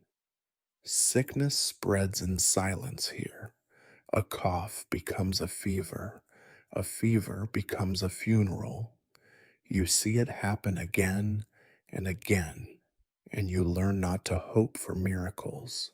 When someone is missing at breakfast, nobody asks. When a child's bed is empty, nobody cries out loud. Grief is a private thing, just like hope, just like hunger. Through it all, the work continues. The gutters fill, the filth rises, the bodies tire and fail. You keep moving, keep cutting, keep carrying the stink and the sickness with you. You learn to recognize the signs in others, the slow step, the lowered head, the effort to hide a limp or a cough. You nod to them silently, and they nod back. That is all there is, a small recognition, a moment of shared suffering, a silent promise to keep going one more day. Sometimes you wonder if the world outside the plantation smells different, feels different, if there are places where the gutters run clean and the air does not bite at your lungs, where you can sleep without scratching, where a cough is not the first step toward a grave. But such thoughts are dangerous.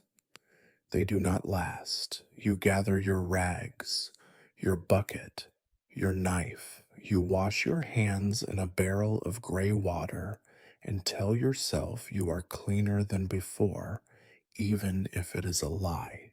The sun is up, the stink is thick, the sickness is everywhere, but the day's work waits, and you must answer. And so you do, because there is nothing else. The day's noise fades with the sun. In the dark, work slows just a little, and the yard turns quiet, except for the soft shuffle of feet and the low voices that drift from the quarters. Supper is over. The best scraps are long gone, the last bones gnawed clean by hungry mouths. Now it is time for what little rest can be found. Some head straight for their straw mats and collapse. Others linger outside near the fire, chasing warmth and the company of voices in the night. You sit close to the flames, stretching tired arms toward the heat. Smoke stings your eyes and seeps into your shirt, covering up the day's stink for a short while. The fire crackles, sparks swirling into the air. Around you, faces glow in the orange light. Old men with hands like tree roots, women humming softly, children pressed close for comfort. The fire is a small world, a fragile circle where you can almost pretend you are somewhere else. This is the time for talk, for sharing stories, news, and the thin, ragged hope that floats above the misery like smoke. Voices are low, careful. Even here, you know to keep your words soft. The walls have ears, and trouble has a way of finding anyone who dares to dream too loudly. Still, you talk. Talking is what keeps you human. The oldest woman begins, as always. Her hair is white, coiled close to her scalp, her eyes sharp in the firelight. She tells a story from long ago, before the fields, before the master, before the endless days of blood and mud. Her voice weaves the tale of a land far away, where the sun was warm and the rivers ran clear, where nobody shouted at you just for resting your feet. She speaks of ancestors who could fly, who turned into birds and soared over the treetops, leaving pain and chains behind.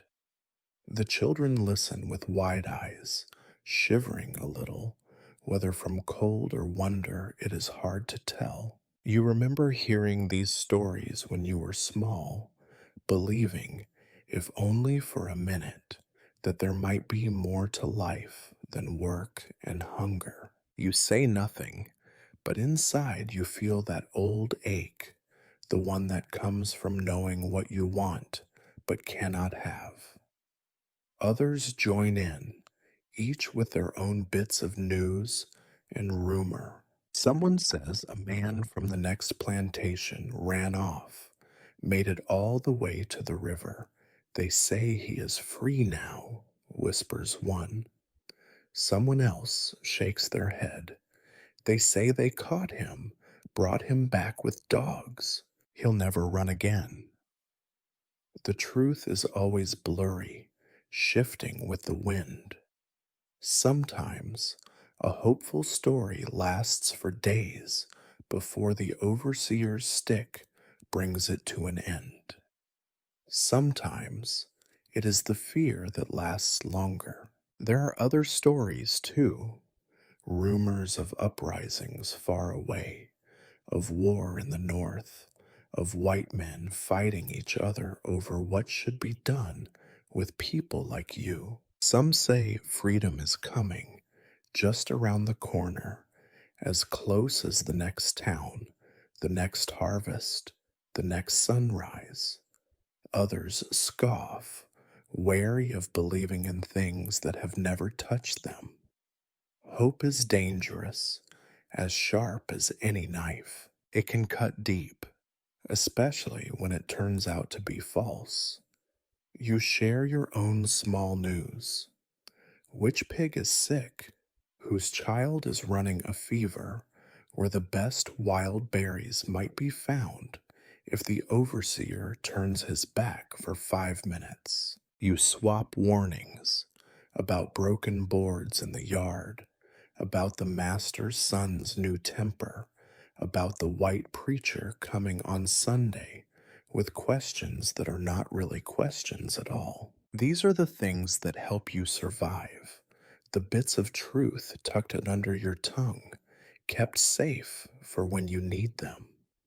Sometimes someone tries to laugh, to turn misery into a joke.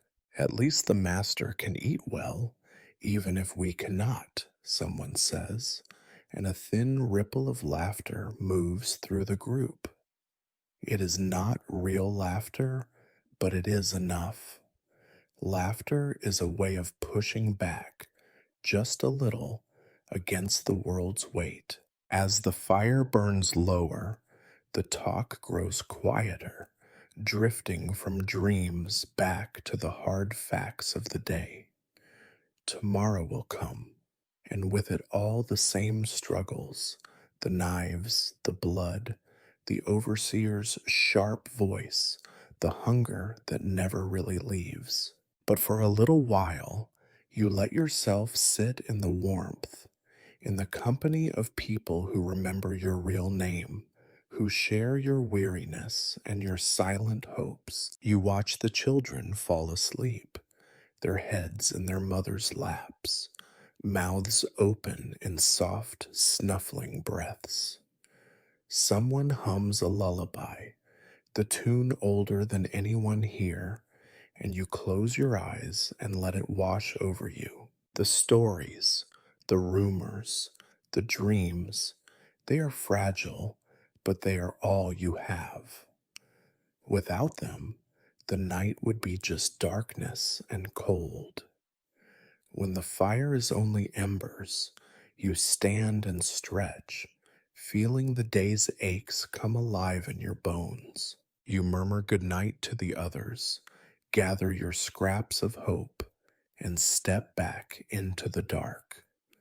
You pass by the cabins, hear the low voices drifting from inside, the old prayers, the whispered stories passed from mother to child. You crawl onto your mat and close your eyes, carrying the fire's warmth with you.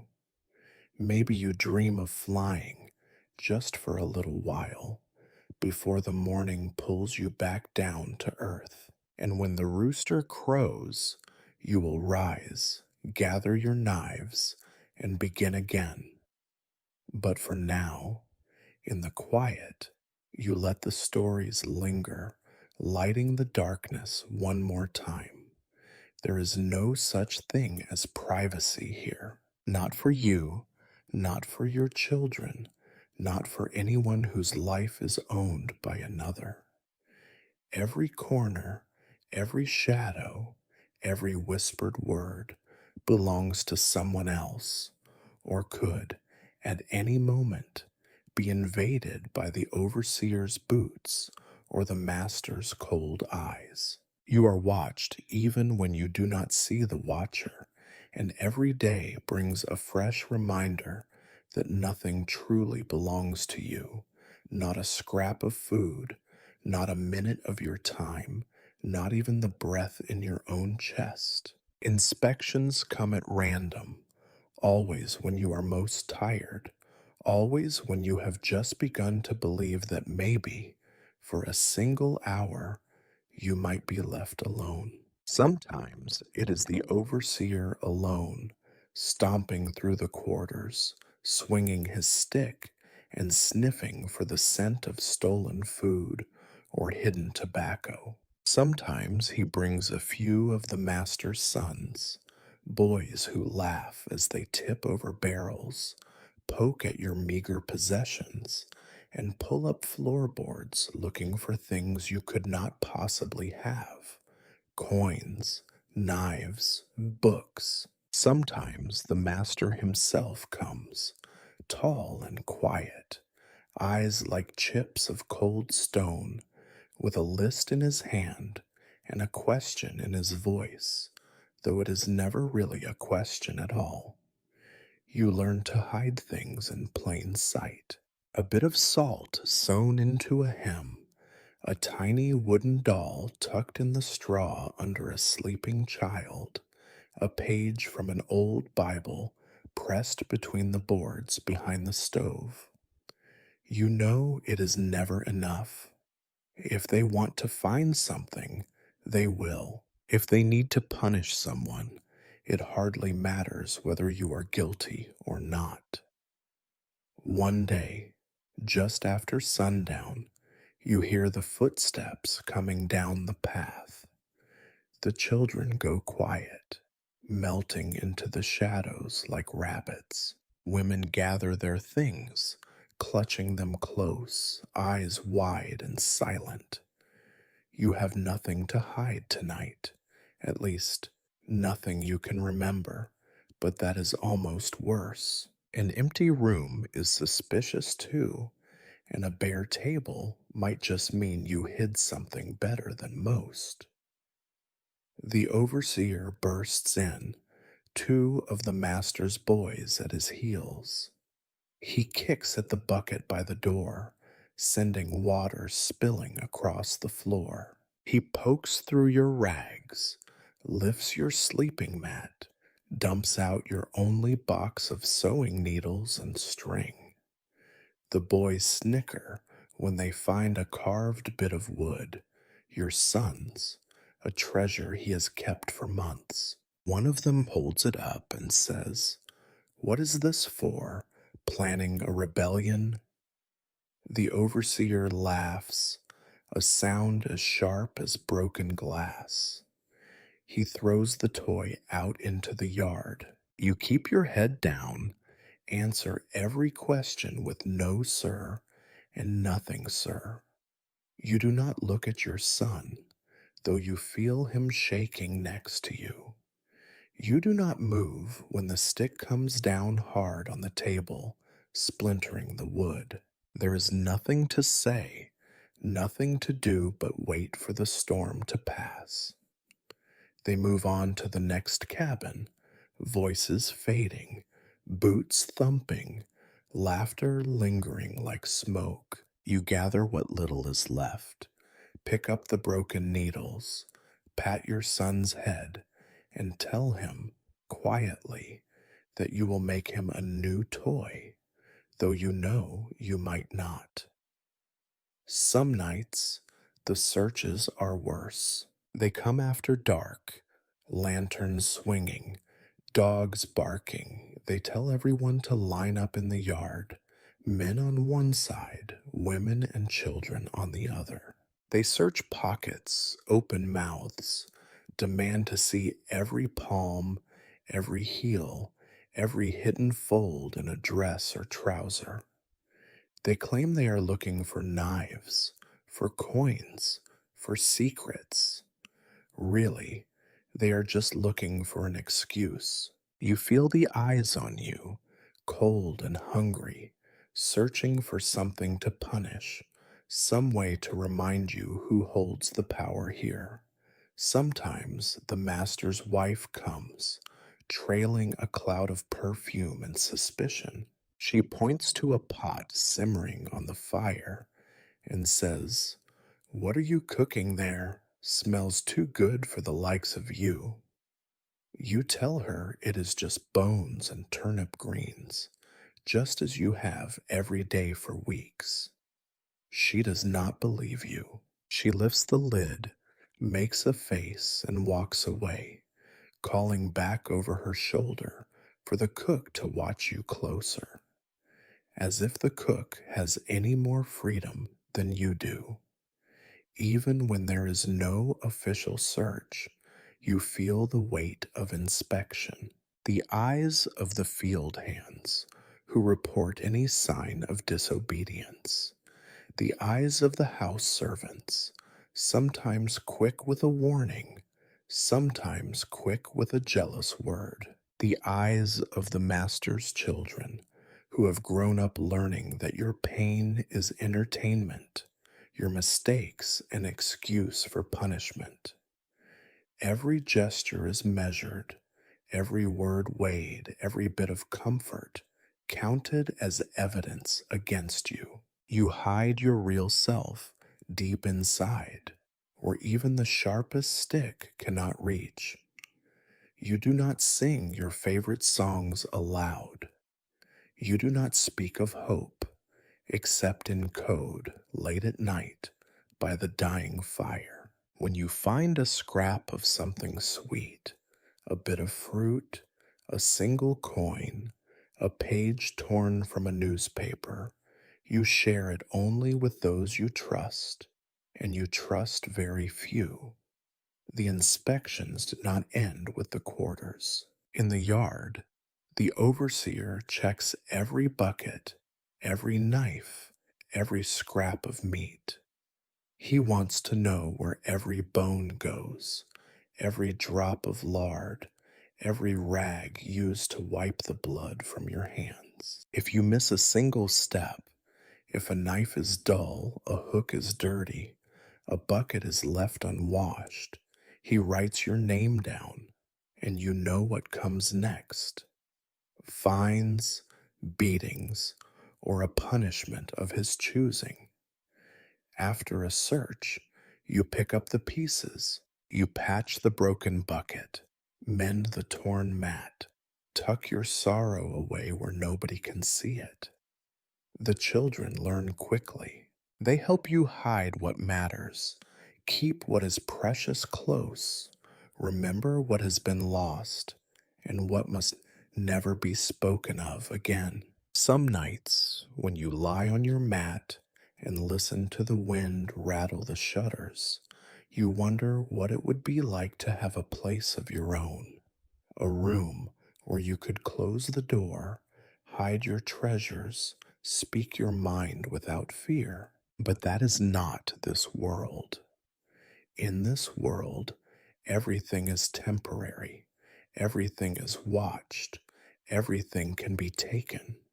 So you do what you always do, you survive. You gather up your things. You teach your children to be careful. You learn to hide in new ways. And you wait for the sun to rise, knowing that tomorrow will bring more eyes, more searches, more ways to remind you that even the smallest comfort is a risk. And you keep a part of yourself hidden where no overseer, no master, no search can find it, because that is the only way to stay whole, even in a world determined to break you. It happens slowly, almost without you noticing. Day after day, month after month, you start to feel less. Not because the world gets kinder, not because the work gets lighter. It is just the only way to keep going, to shut your mind against the worst of it, to let each humiliation, each blow, each fresh insult roll over you like dirty water in the yard. Pain becomes background noise, a steady, dull ache that follows you from sunrise to the last breath before sleep. You remember when you first came here, how every new cruelty cut like a fresh knife, how every raised voice or angry hand sent your heart pounding, left your stomach in knots for hours. You tried in those first days to hold on to your anger, your pride, your sense that this was not how things should be. You told yourself you would never get used to it, but you were wrong. Soon enough, you learned that feeling is dangerous. Crying gets you noticed. Anger gets you punished. Even a look of sadness can be twisted into a reason for the overseer to swing his stick or dock your ration.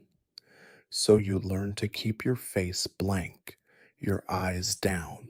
You keep your thoughts inside your head where nobody can reach them. Sometimes, when you pass by the other slaves in the yard or the field, you see the same mask on their faces, a look that is not quite anger, not quite sadness, not even really there at all.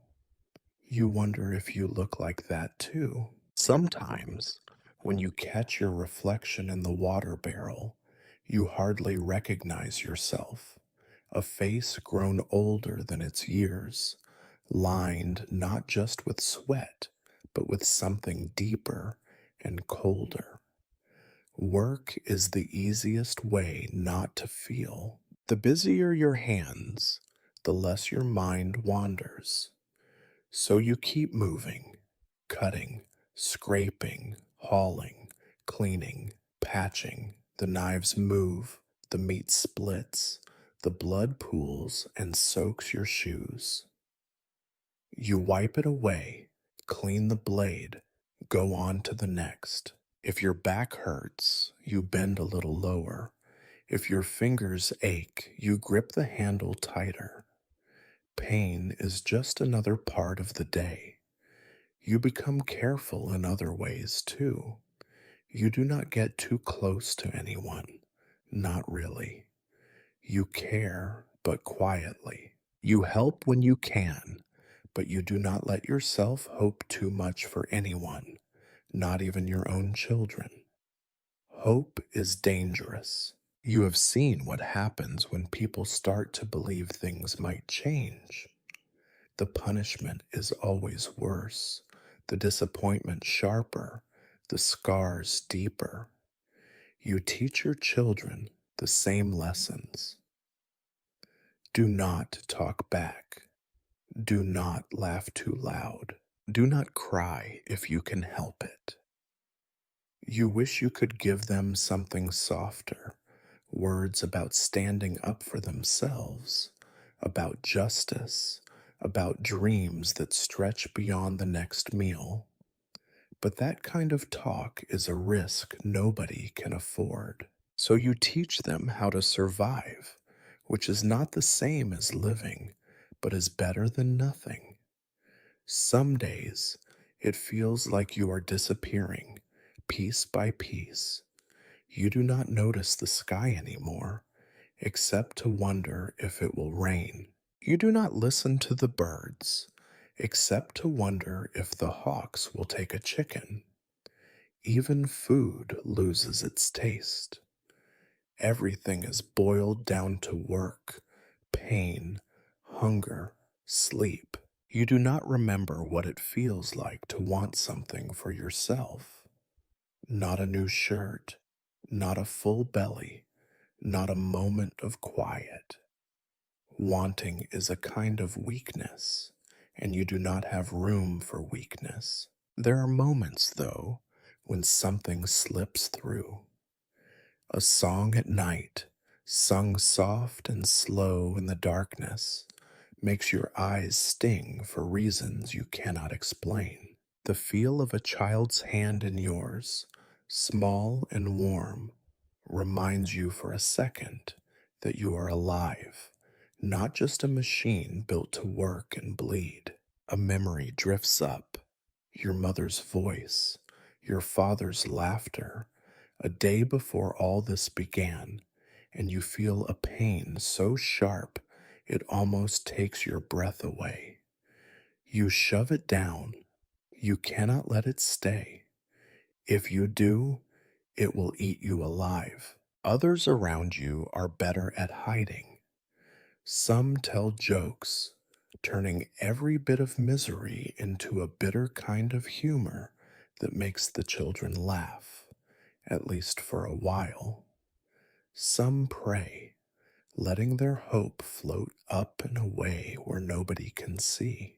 Some get angry, but only when they are sure they are alone, pounding their fists into the earth where it will not show. Some just go silent, their faces shutting tight as doors. There are some, though, who never learn. You see it in their eyes, the ones who still flinch at every harsh word, the ones who cry at night when they think nobody hears. They are the ones who get hurt the most. The world here has no patience for tenderness. You wonder if the numbness is the same for the people in the big house, the ones whose comfort is paid for with your suffering. You doubt it. Their lives are full of choices, of feelings, of time to waste on sorrow or joy. You watch the master's wife fuss over a broken plate as if it is the end of the world. Watch the children throw a tantrum when their supper is not to their liking, and you feel a distant sort of envy and then nothing at all. Nights are the hardest. Lying on your mat, staring into the dark, you feel the ache of all the things you no longer let yourself feel. Grief for what you have lost, fear for what might come, a hunger that is more than just food. You listen to the others breathing, the soft shuffle of feet, the cry of a baby somewhere down the row. The world is full of pain, but here in the darkness, it is the emptiness that hurts the most. So you wake up each day, put on your mask, and do what needs to be done. You cut, you haul, you hide your feelings where nobody can find them. You teach your children to do the same. And when the rare moments of feeling slip through, laughter, music, the warmth of the fire, you hold them close just for a heartbeat before letting them go. It is not living, not really, but it is surviving. And sometimes In this place, that is the bravest thing you can do. You never get to choose the weather. You never get to stop working, no matter what the sky throws at you. The seasons change, but the pain does not. It just shifts shape, slips into new places, wears new colors. Spring, summer, fall, winter. Each brings its own kind of misery, a steady drumbeat that marks the years not by hope or harvest, but by how badly your body aches. When the days grow long and the sun climbs high, you wake to a world already heavy with heat. The morning air is thick and sticky, clinging to your skin as soon as you step from the cabin. The butcher's shed becomes an oven by noon, airless, close, stinking of old blood and sweat. You try to keep the doors and windows open, but the air does not move. It hangs in the corners, gathering flies. Your shirt, stiff from yesterday's work, is soaked through before breakfast. You do not complain. Complaining means nothing. Complaining only makes the overseer's stick come down harder. Heat makes the blood run quicker. When you slaughter an animal, the blood sprays farther, dries faster, cakes under your fingernails in thick brown scabs. You wipe your forehead and leave streaks of red. Flies swarm in clouds so dense you breathe them in by accident, cough them up, spit them out onto the ground. Every cut feels like it burns. If you stop to wipe your face, the overseer shouts, "Faster, always faster." The sweat never really dries. It runs into your eyes, stings your cuts, makes your shoes slip in the mud that never quite goes away. The yard itself becomes a stew of filth, slop, rainwater, urine, spilled blood, all mixed by bare feet and boots. When it rains, the mud rises past your ankles, thick and cold, sucking at every step.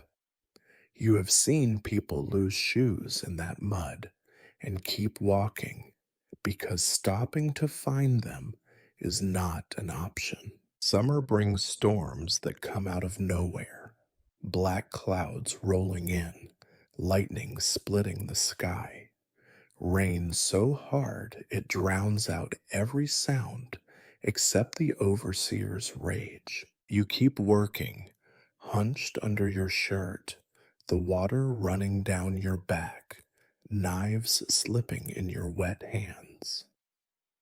The fire goes out in the cookhouse. The animals squeal and panic. The gutters overflow.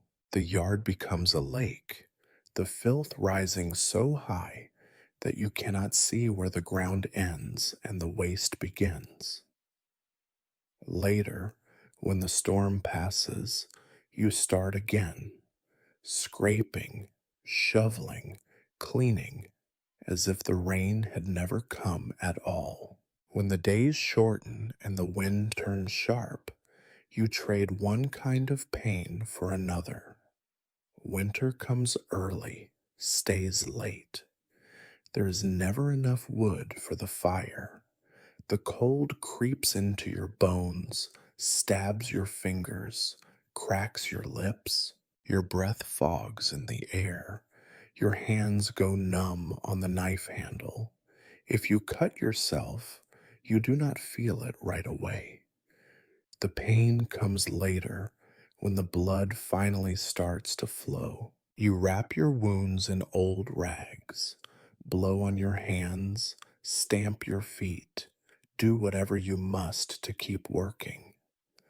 Cold makes the work slower, heavier. Meat stiffens, fat hardens, ropes freeze to your fingers. Water in the barrels turns to ice. You break it with the back of your knife and wash anyway, even though the water burns like fire. The animals huddle together, their breath rising in pale clouds, their bodies shaking with cold. Sometimes you think they are lucky. They feel nothing once the knife goes in. Snow is rare, but when it comes, it covers every ugly thing in a layer of white. For a moment, the yard looks almost clean, but you know better. The filth is still there, hidden underneath, waiting for the thaw. When the snow melts, it brings sickness, the stench rises again. New diseases crawl through the mud. Everyone coughs and spits and wipes their noses on their sleeves. The children shiver under thin blankets, teeth chattering in the night. Fall brings its own troubles. The work never slows. Harvest means more food for the house, but not for you.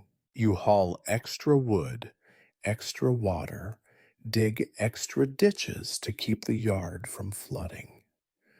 The wind scatters leaves and rubbish, fills every corner with dust.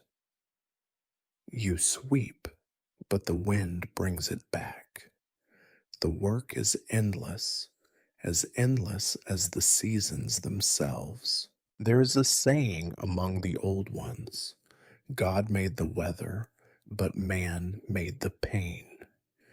You do not know if it is true, but you know the weather is only ever another reason for suffering. If it is too hot and you faint, the overseer blames your laziness. If it is too cold and you cannot grip the knife, he blames your weakness. If you get sick, it is your own fault for being slow, for being careless, for not working hard enough to stay warm or cool or dry. You try to protect your children from the worst of it. You wrap them in whatever rags you can spare, keep them close to the fire, teach them to find the driest patches of ground. You tell them to watch out for snakes in the mud, for frost on the steps, for rotten food in the hungry months. You cannot protect them from everything. They cough and sniffle, shiver and sweat, just like you. No matter the season, the butcher's work never ends. Meat must be cut, bones must be cracked, blood must be washed away.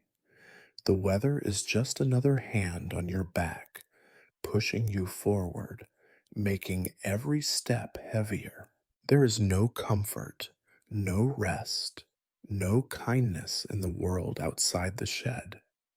And yet, each day, you wake up, pull on your wet, cold shirt or sweat soaked rags, and walk out into whatever weather greets you. You square your shoulders against the wind, the rain, the heat, the cold. You do not curse the sky. There is no point. The sky does not care. The world keeps turning. The work keeps coming. All you can do is endure through the sweat, through the mud, through the biting cold and burning sun. The seasons pass and you survive.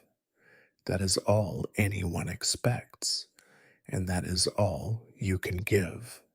Nothing here is ever enough. You are told by word and by whip that you should be grateful for what you have, but what you have is always broken, always spoiled, always a little less than what is needed to get through another day. The master's house gleams on the hill, stocked with supplies, barrels full of flour and salted meat, jugs of clean water, tools that shine. In the world where you live, the world below the hill, Everything is used up, used over, never quite right. The knives you work with started out sharp, maybe years ago, when they were new and belonged to someone else. Now the edges are nicked and pitted, handles split and bound with string, metal ground thin by years of sharpening and abuse. The big cleaver has a crack down the middle that you have learned to work around, finding just the right angle so it does not snap in your hand. The skinning knife is so worn it feels almost like a feather, more hope than steel. You sharpen and resharpen, spit on the stone, pray for one more clean cut before the blade gives up for good. You have no extras, no spares. When a knife breaks, you try to fix it. If you cannot, you use whatever is left: an axe, a saw, even a piece of glass once, though that cost you a fingertip and a month of pain. The master's sons come by sometimes, laughing at your battered tools. Why do you not work faster? They ask, tossing you a broken blade as if it is a joke. You do not answer. What would be the point? It is not just the tools. The buckets you use to catch blood are old, patched with bits of tin hammered flat. Water leaks from the seams.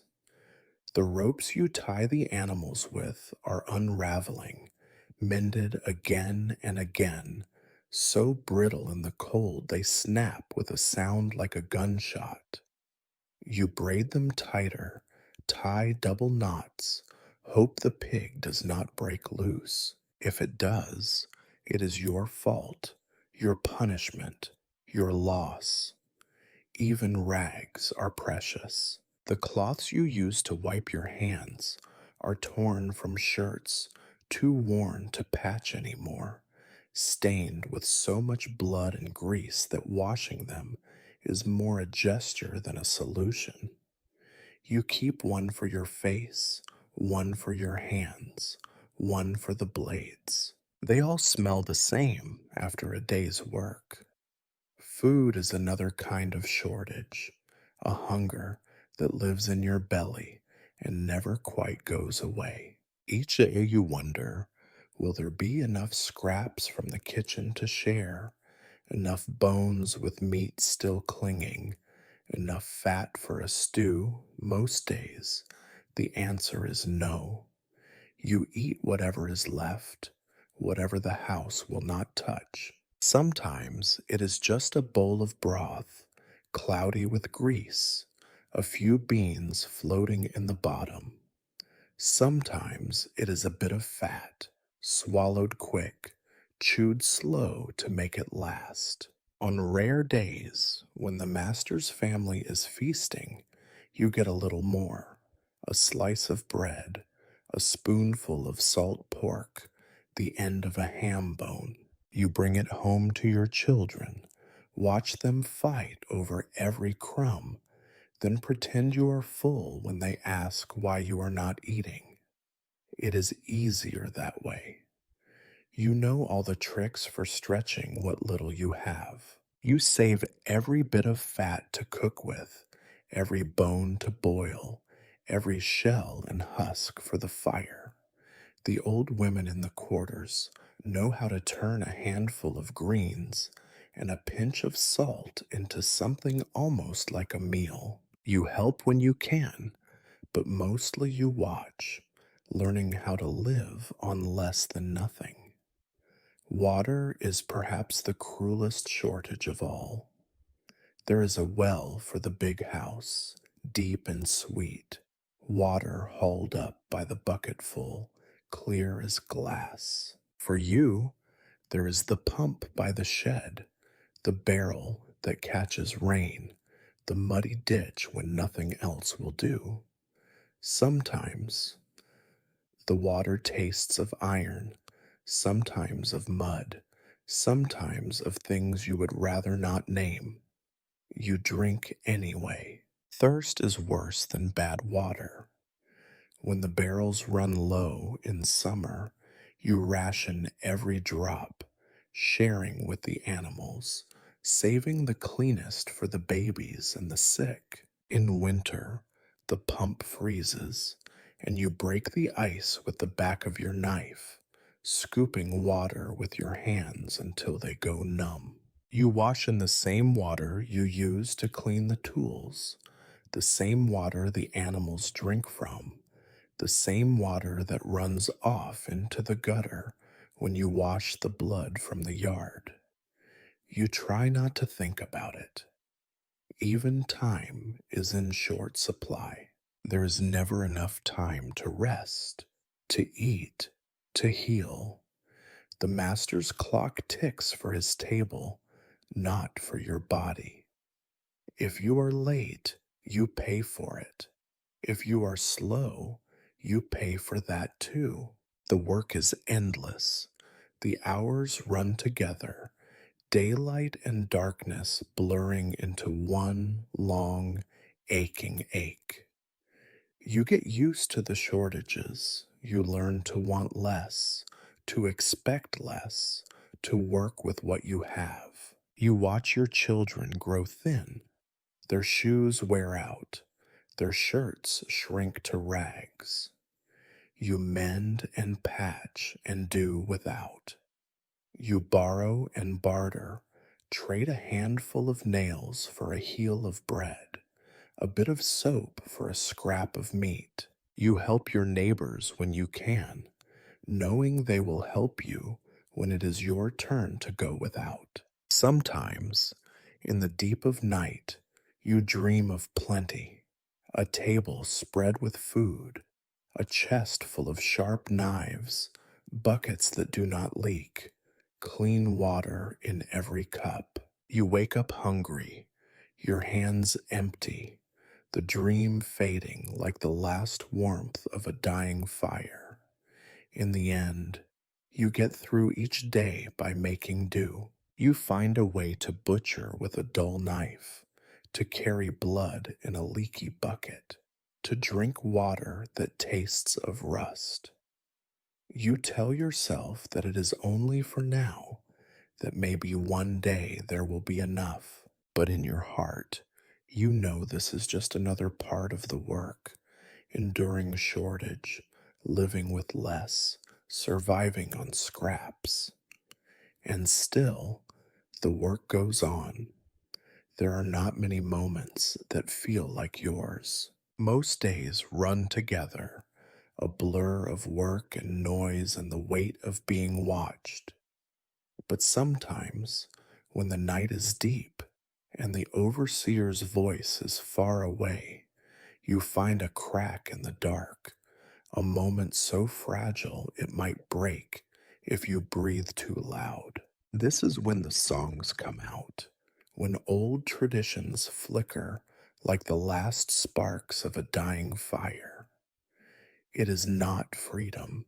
It is not happiness. Not really, but it is what you have. You gather in the quarters, shoulders slumped from labor, hands raw, backs aching.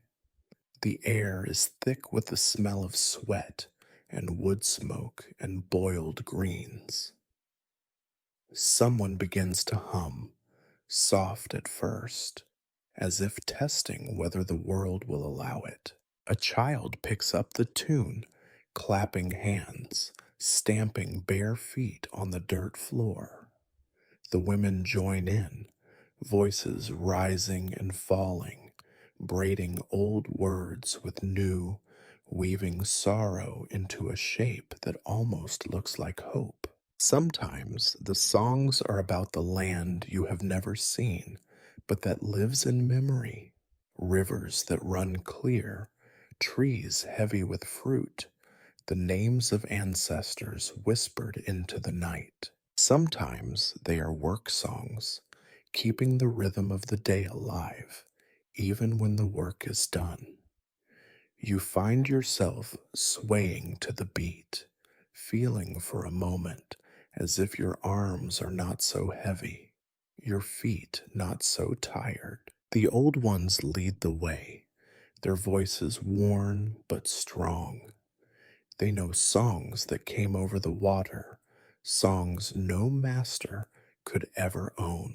In the hush between verses, you can almost hear the ocean, smell the salt air, taste a world that does not belong to pain. You sing because it is what you remember. You sing because not singing would be another kind of death. Other nights, laughter comes, quiet, careful at first, then louder, as if daring the darkness to silence it. Someone tells a story about a sly rabbit outsmarting a fox, about a clever woman tricking a greedy man, about the preacher who baptized the master's mule instead of the master's son. The children laugh, their eyes wide, and you laugh too, the sound bubbling up from a place you thought was long dried up. Tradition clings to whatever scraps of life you can find, braiding hair by the light of a single candle, passing down recipes that stretch a meal from nothing, carving little toys out of wood and bone, teaching children to whistle through their fingers, to dance without music, to dream without closing their eyes. There are birthdays, marked not with cakes, but with a sweet potato set aside, a scrap of cloth turned into a new headscarf, a circle of song to keep away the dark. Even funerals become moments of tradition. When someone passes, you gather by the grave, the earth soft beneath your knees.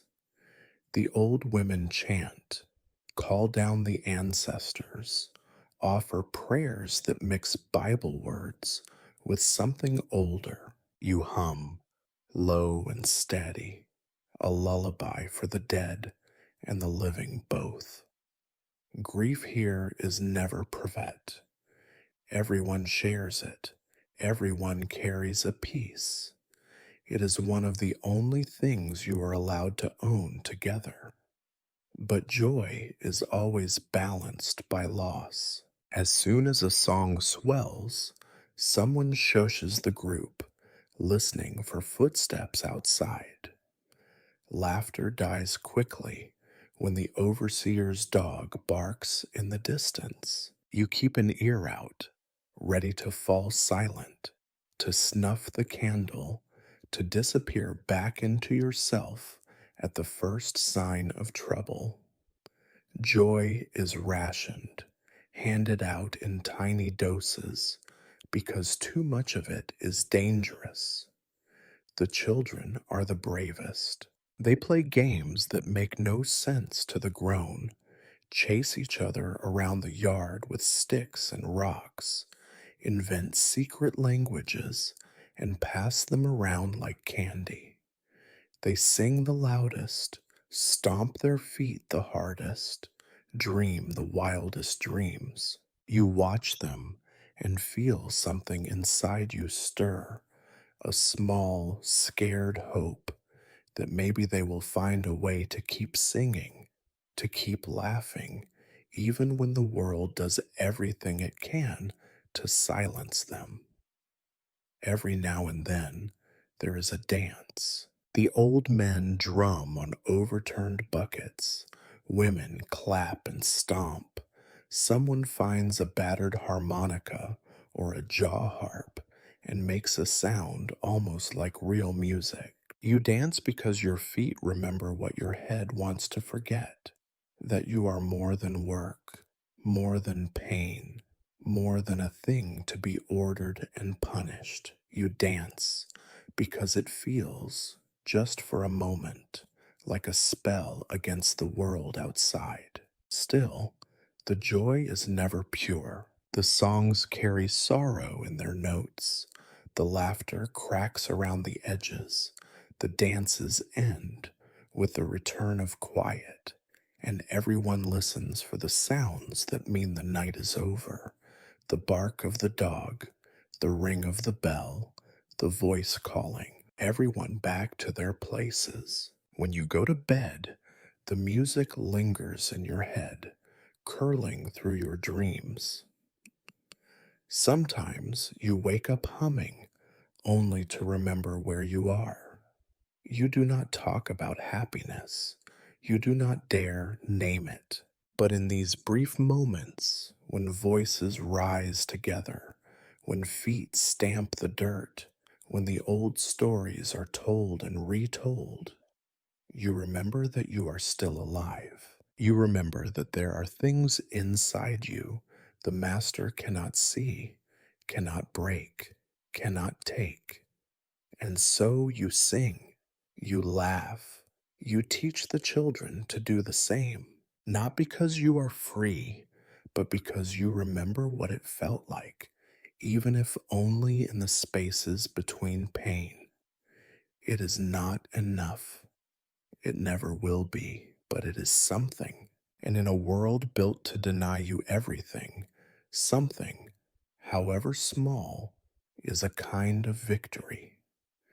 The sun slips below the trees, leaving the yard in heavy shadow. The air, still thick with the day's heat, or shivering with the night's chill, settles over you like another rough blanket, heavy and scratchy, hard to breathe beneath. You move slower now, your body stiff and battered, each step dragging more than the last.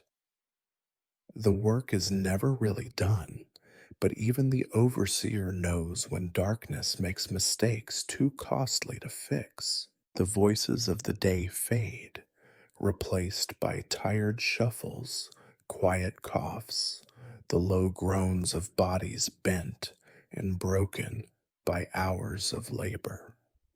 This is the time when sickness creeps in. It has been waiting all day, hiding beneath the sweat, lurking behind the pain that never truly fades. You notice it first in your legs, trembling as you bend to pick up the last bucket, the muscles twitching like they have forgotten their own strength. There is a sore on your ankle that you barely felt this morning. Now it throbs, burning with the promise of fever. You try not to look at it. You do not have time to be sick. Your arms ache, muscles bruised and cut, wrists stiff from gripping dull blades, shoulders swollen from hauling buckets and swinging the heavy axe.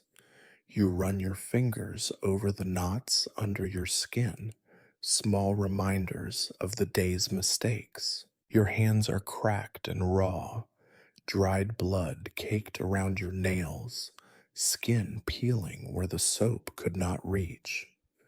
You pull your shirt down over the sores and hope nobody sees.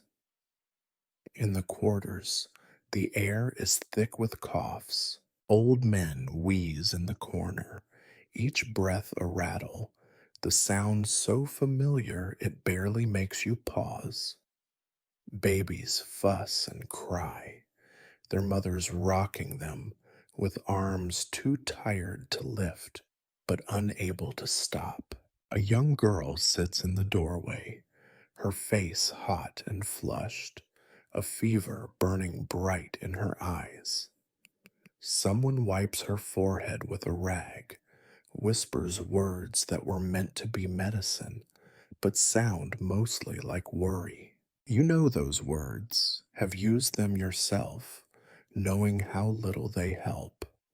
Nobody talks about pain here, not directly. Complaining does nothing but draw attention, and attention leads to trouble. Instead, you listen to the quiet codes, the way someone sits, the slow limp to the water barrel, the wince as a pot is lifted or a bucket set down. You share your own pain the same way, hiding it beneath a steady hand, a forced joke, a bit of work done just a little slower than usual. There is no real rest at day's end. Food is short, and hunger claws at your stomach, but even the scraps you manage to save taste like sawdust in your mouth. The stew is thin tonight, more water than anything else, and the bread, if there is any, is hard enough to break a tooth. You eat in silence, pushing the food around the bowl, making sure the children get the best of what is left. When the meal is done, there are still chores, always chores. Water to haul, babies to soothe, shirts to patch for tomorrow's work. You help where you can, but your arms are heavy, your head pounding with a slow, dull ache. You blink hard, trying to clear the fuzz from your mind. But sleep is a luxury you cannot yet afford. Illness spreads without warning. One day you are working, the next you are shivering so hard your teeth clack together, fever painting strange shapes on the ceiling as you lie on your mat. You watch your own hands shaking, feel the sweat break out across your back, taste the sour tang of sickness at the back of your throat.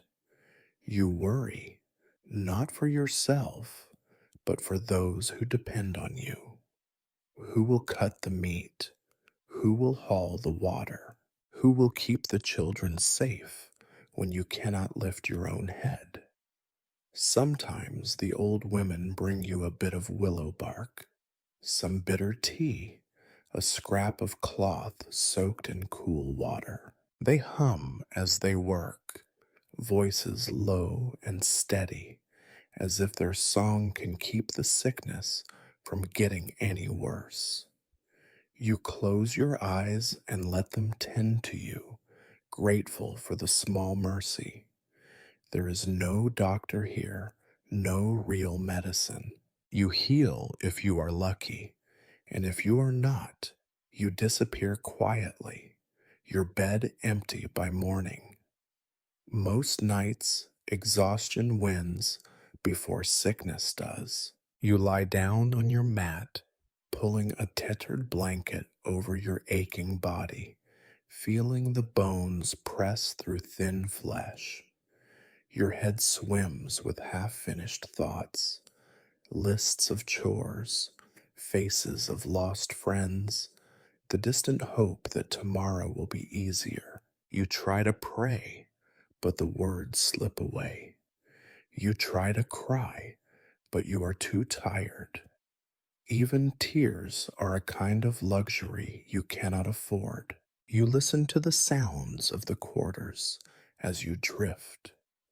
A mother humming to her baby, a man groaning as he turns in his sleep, a child whispering to a sister about dreams of running, of hiding, of waking up somewhere else. These sounds are softer than pain, older than fear. They settle around you, a thin comfort in a world where comfort is rare. You dream strange dreams of water that is always just out of reach, of fields that go on forever, of sunlight that does not burn but warms. You wake once to the sound of your own breath, harsh and ragged, and for a moment you think you are still working, still cutting, still hauling buckets through the mud. But there is nothing left to do now. Your body has nothing left to give. And so you lie in the dark, wrapped in the night, too tired to move, too tired to think, too tired to even remember why you hurt so much. Tomorrow will come, and you will rise and do it all again. But for now, you surrender to the sleep that comes, slow and heavy, pulling you down past pain, past a hunger, past a hope. In the quarters, The world keeps turning. Babies cry. Old men cough. The fever burns and cools and returns again. But you sleep because sleep is all you have. And sometimes, in the small hours of the morning, it is almost enough. Almost. You wake before the sun, as always. The darkness in the cabin feels thick and heavy, pressed down by the weight of bodies and dreams you can never quite remember. Your eyes open to the shape of the ceiling, the gentle rise and fall of your children's breaths, the low rustle of someone else rising early for chores. Your bones ache with a tiredness deeper than sleep. There is a moment, just a moment, when you lie very still and wonder if you could stay here forever, lost in the small warmth of blankets and bodies, refusing the call of another day. But you cannot. There are voices already. The sharp bark of the overseer carrying through the morning fog, the distant yelp of a dog, the cough of a child in the next bed. Your body remembers what comes next, even when your mind drifts somewhere softer, somewhere almost safe. You swing your legs over the edge of your mat, feet sinking into the cold dirt. Another day begins, and with it comes the work that has become the rhythm of your life. You move slowly at first, joints stiff, muscles tight from yesterday's burdens. Your shirt, never truly clean, clings to your skin with the stink of old sweat and meat. Your hands flex and close, fingers testing for the ache that never leaves, the small cuts and scrapes that you have learned to ignore. You splash your face with water from the barrel, shuddering at the shock of cold, then drink, swallowing against a dry throat. You do not linger over the taste. You do not have the luxury of disgust. The children wake in their own time, rubbing sleep from their eyes, pulling on worn clothes, gathering close around the low table. You give them what you can, bread if you have it, a spoonful of cold stew, a pat on the head for those who look especially small in the gray light. There is no talk of dreams, only the practical questions of the day. Who will fetch water? Who will help in the yard? Who will stay close to the baby while the rest go to work?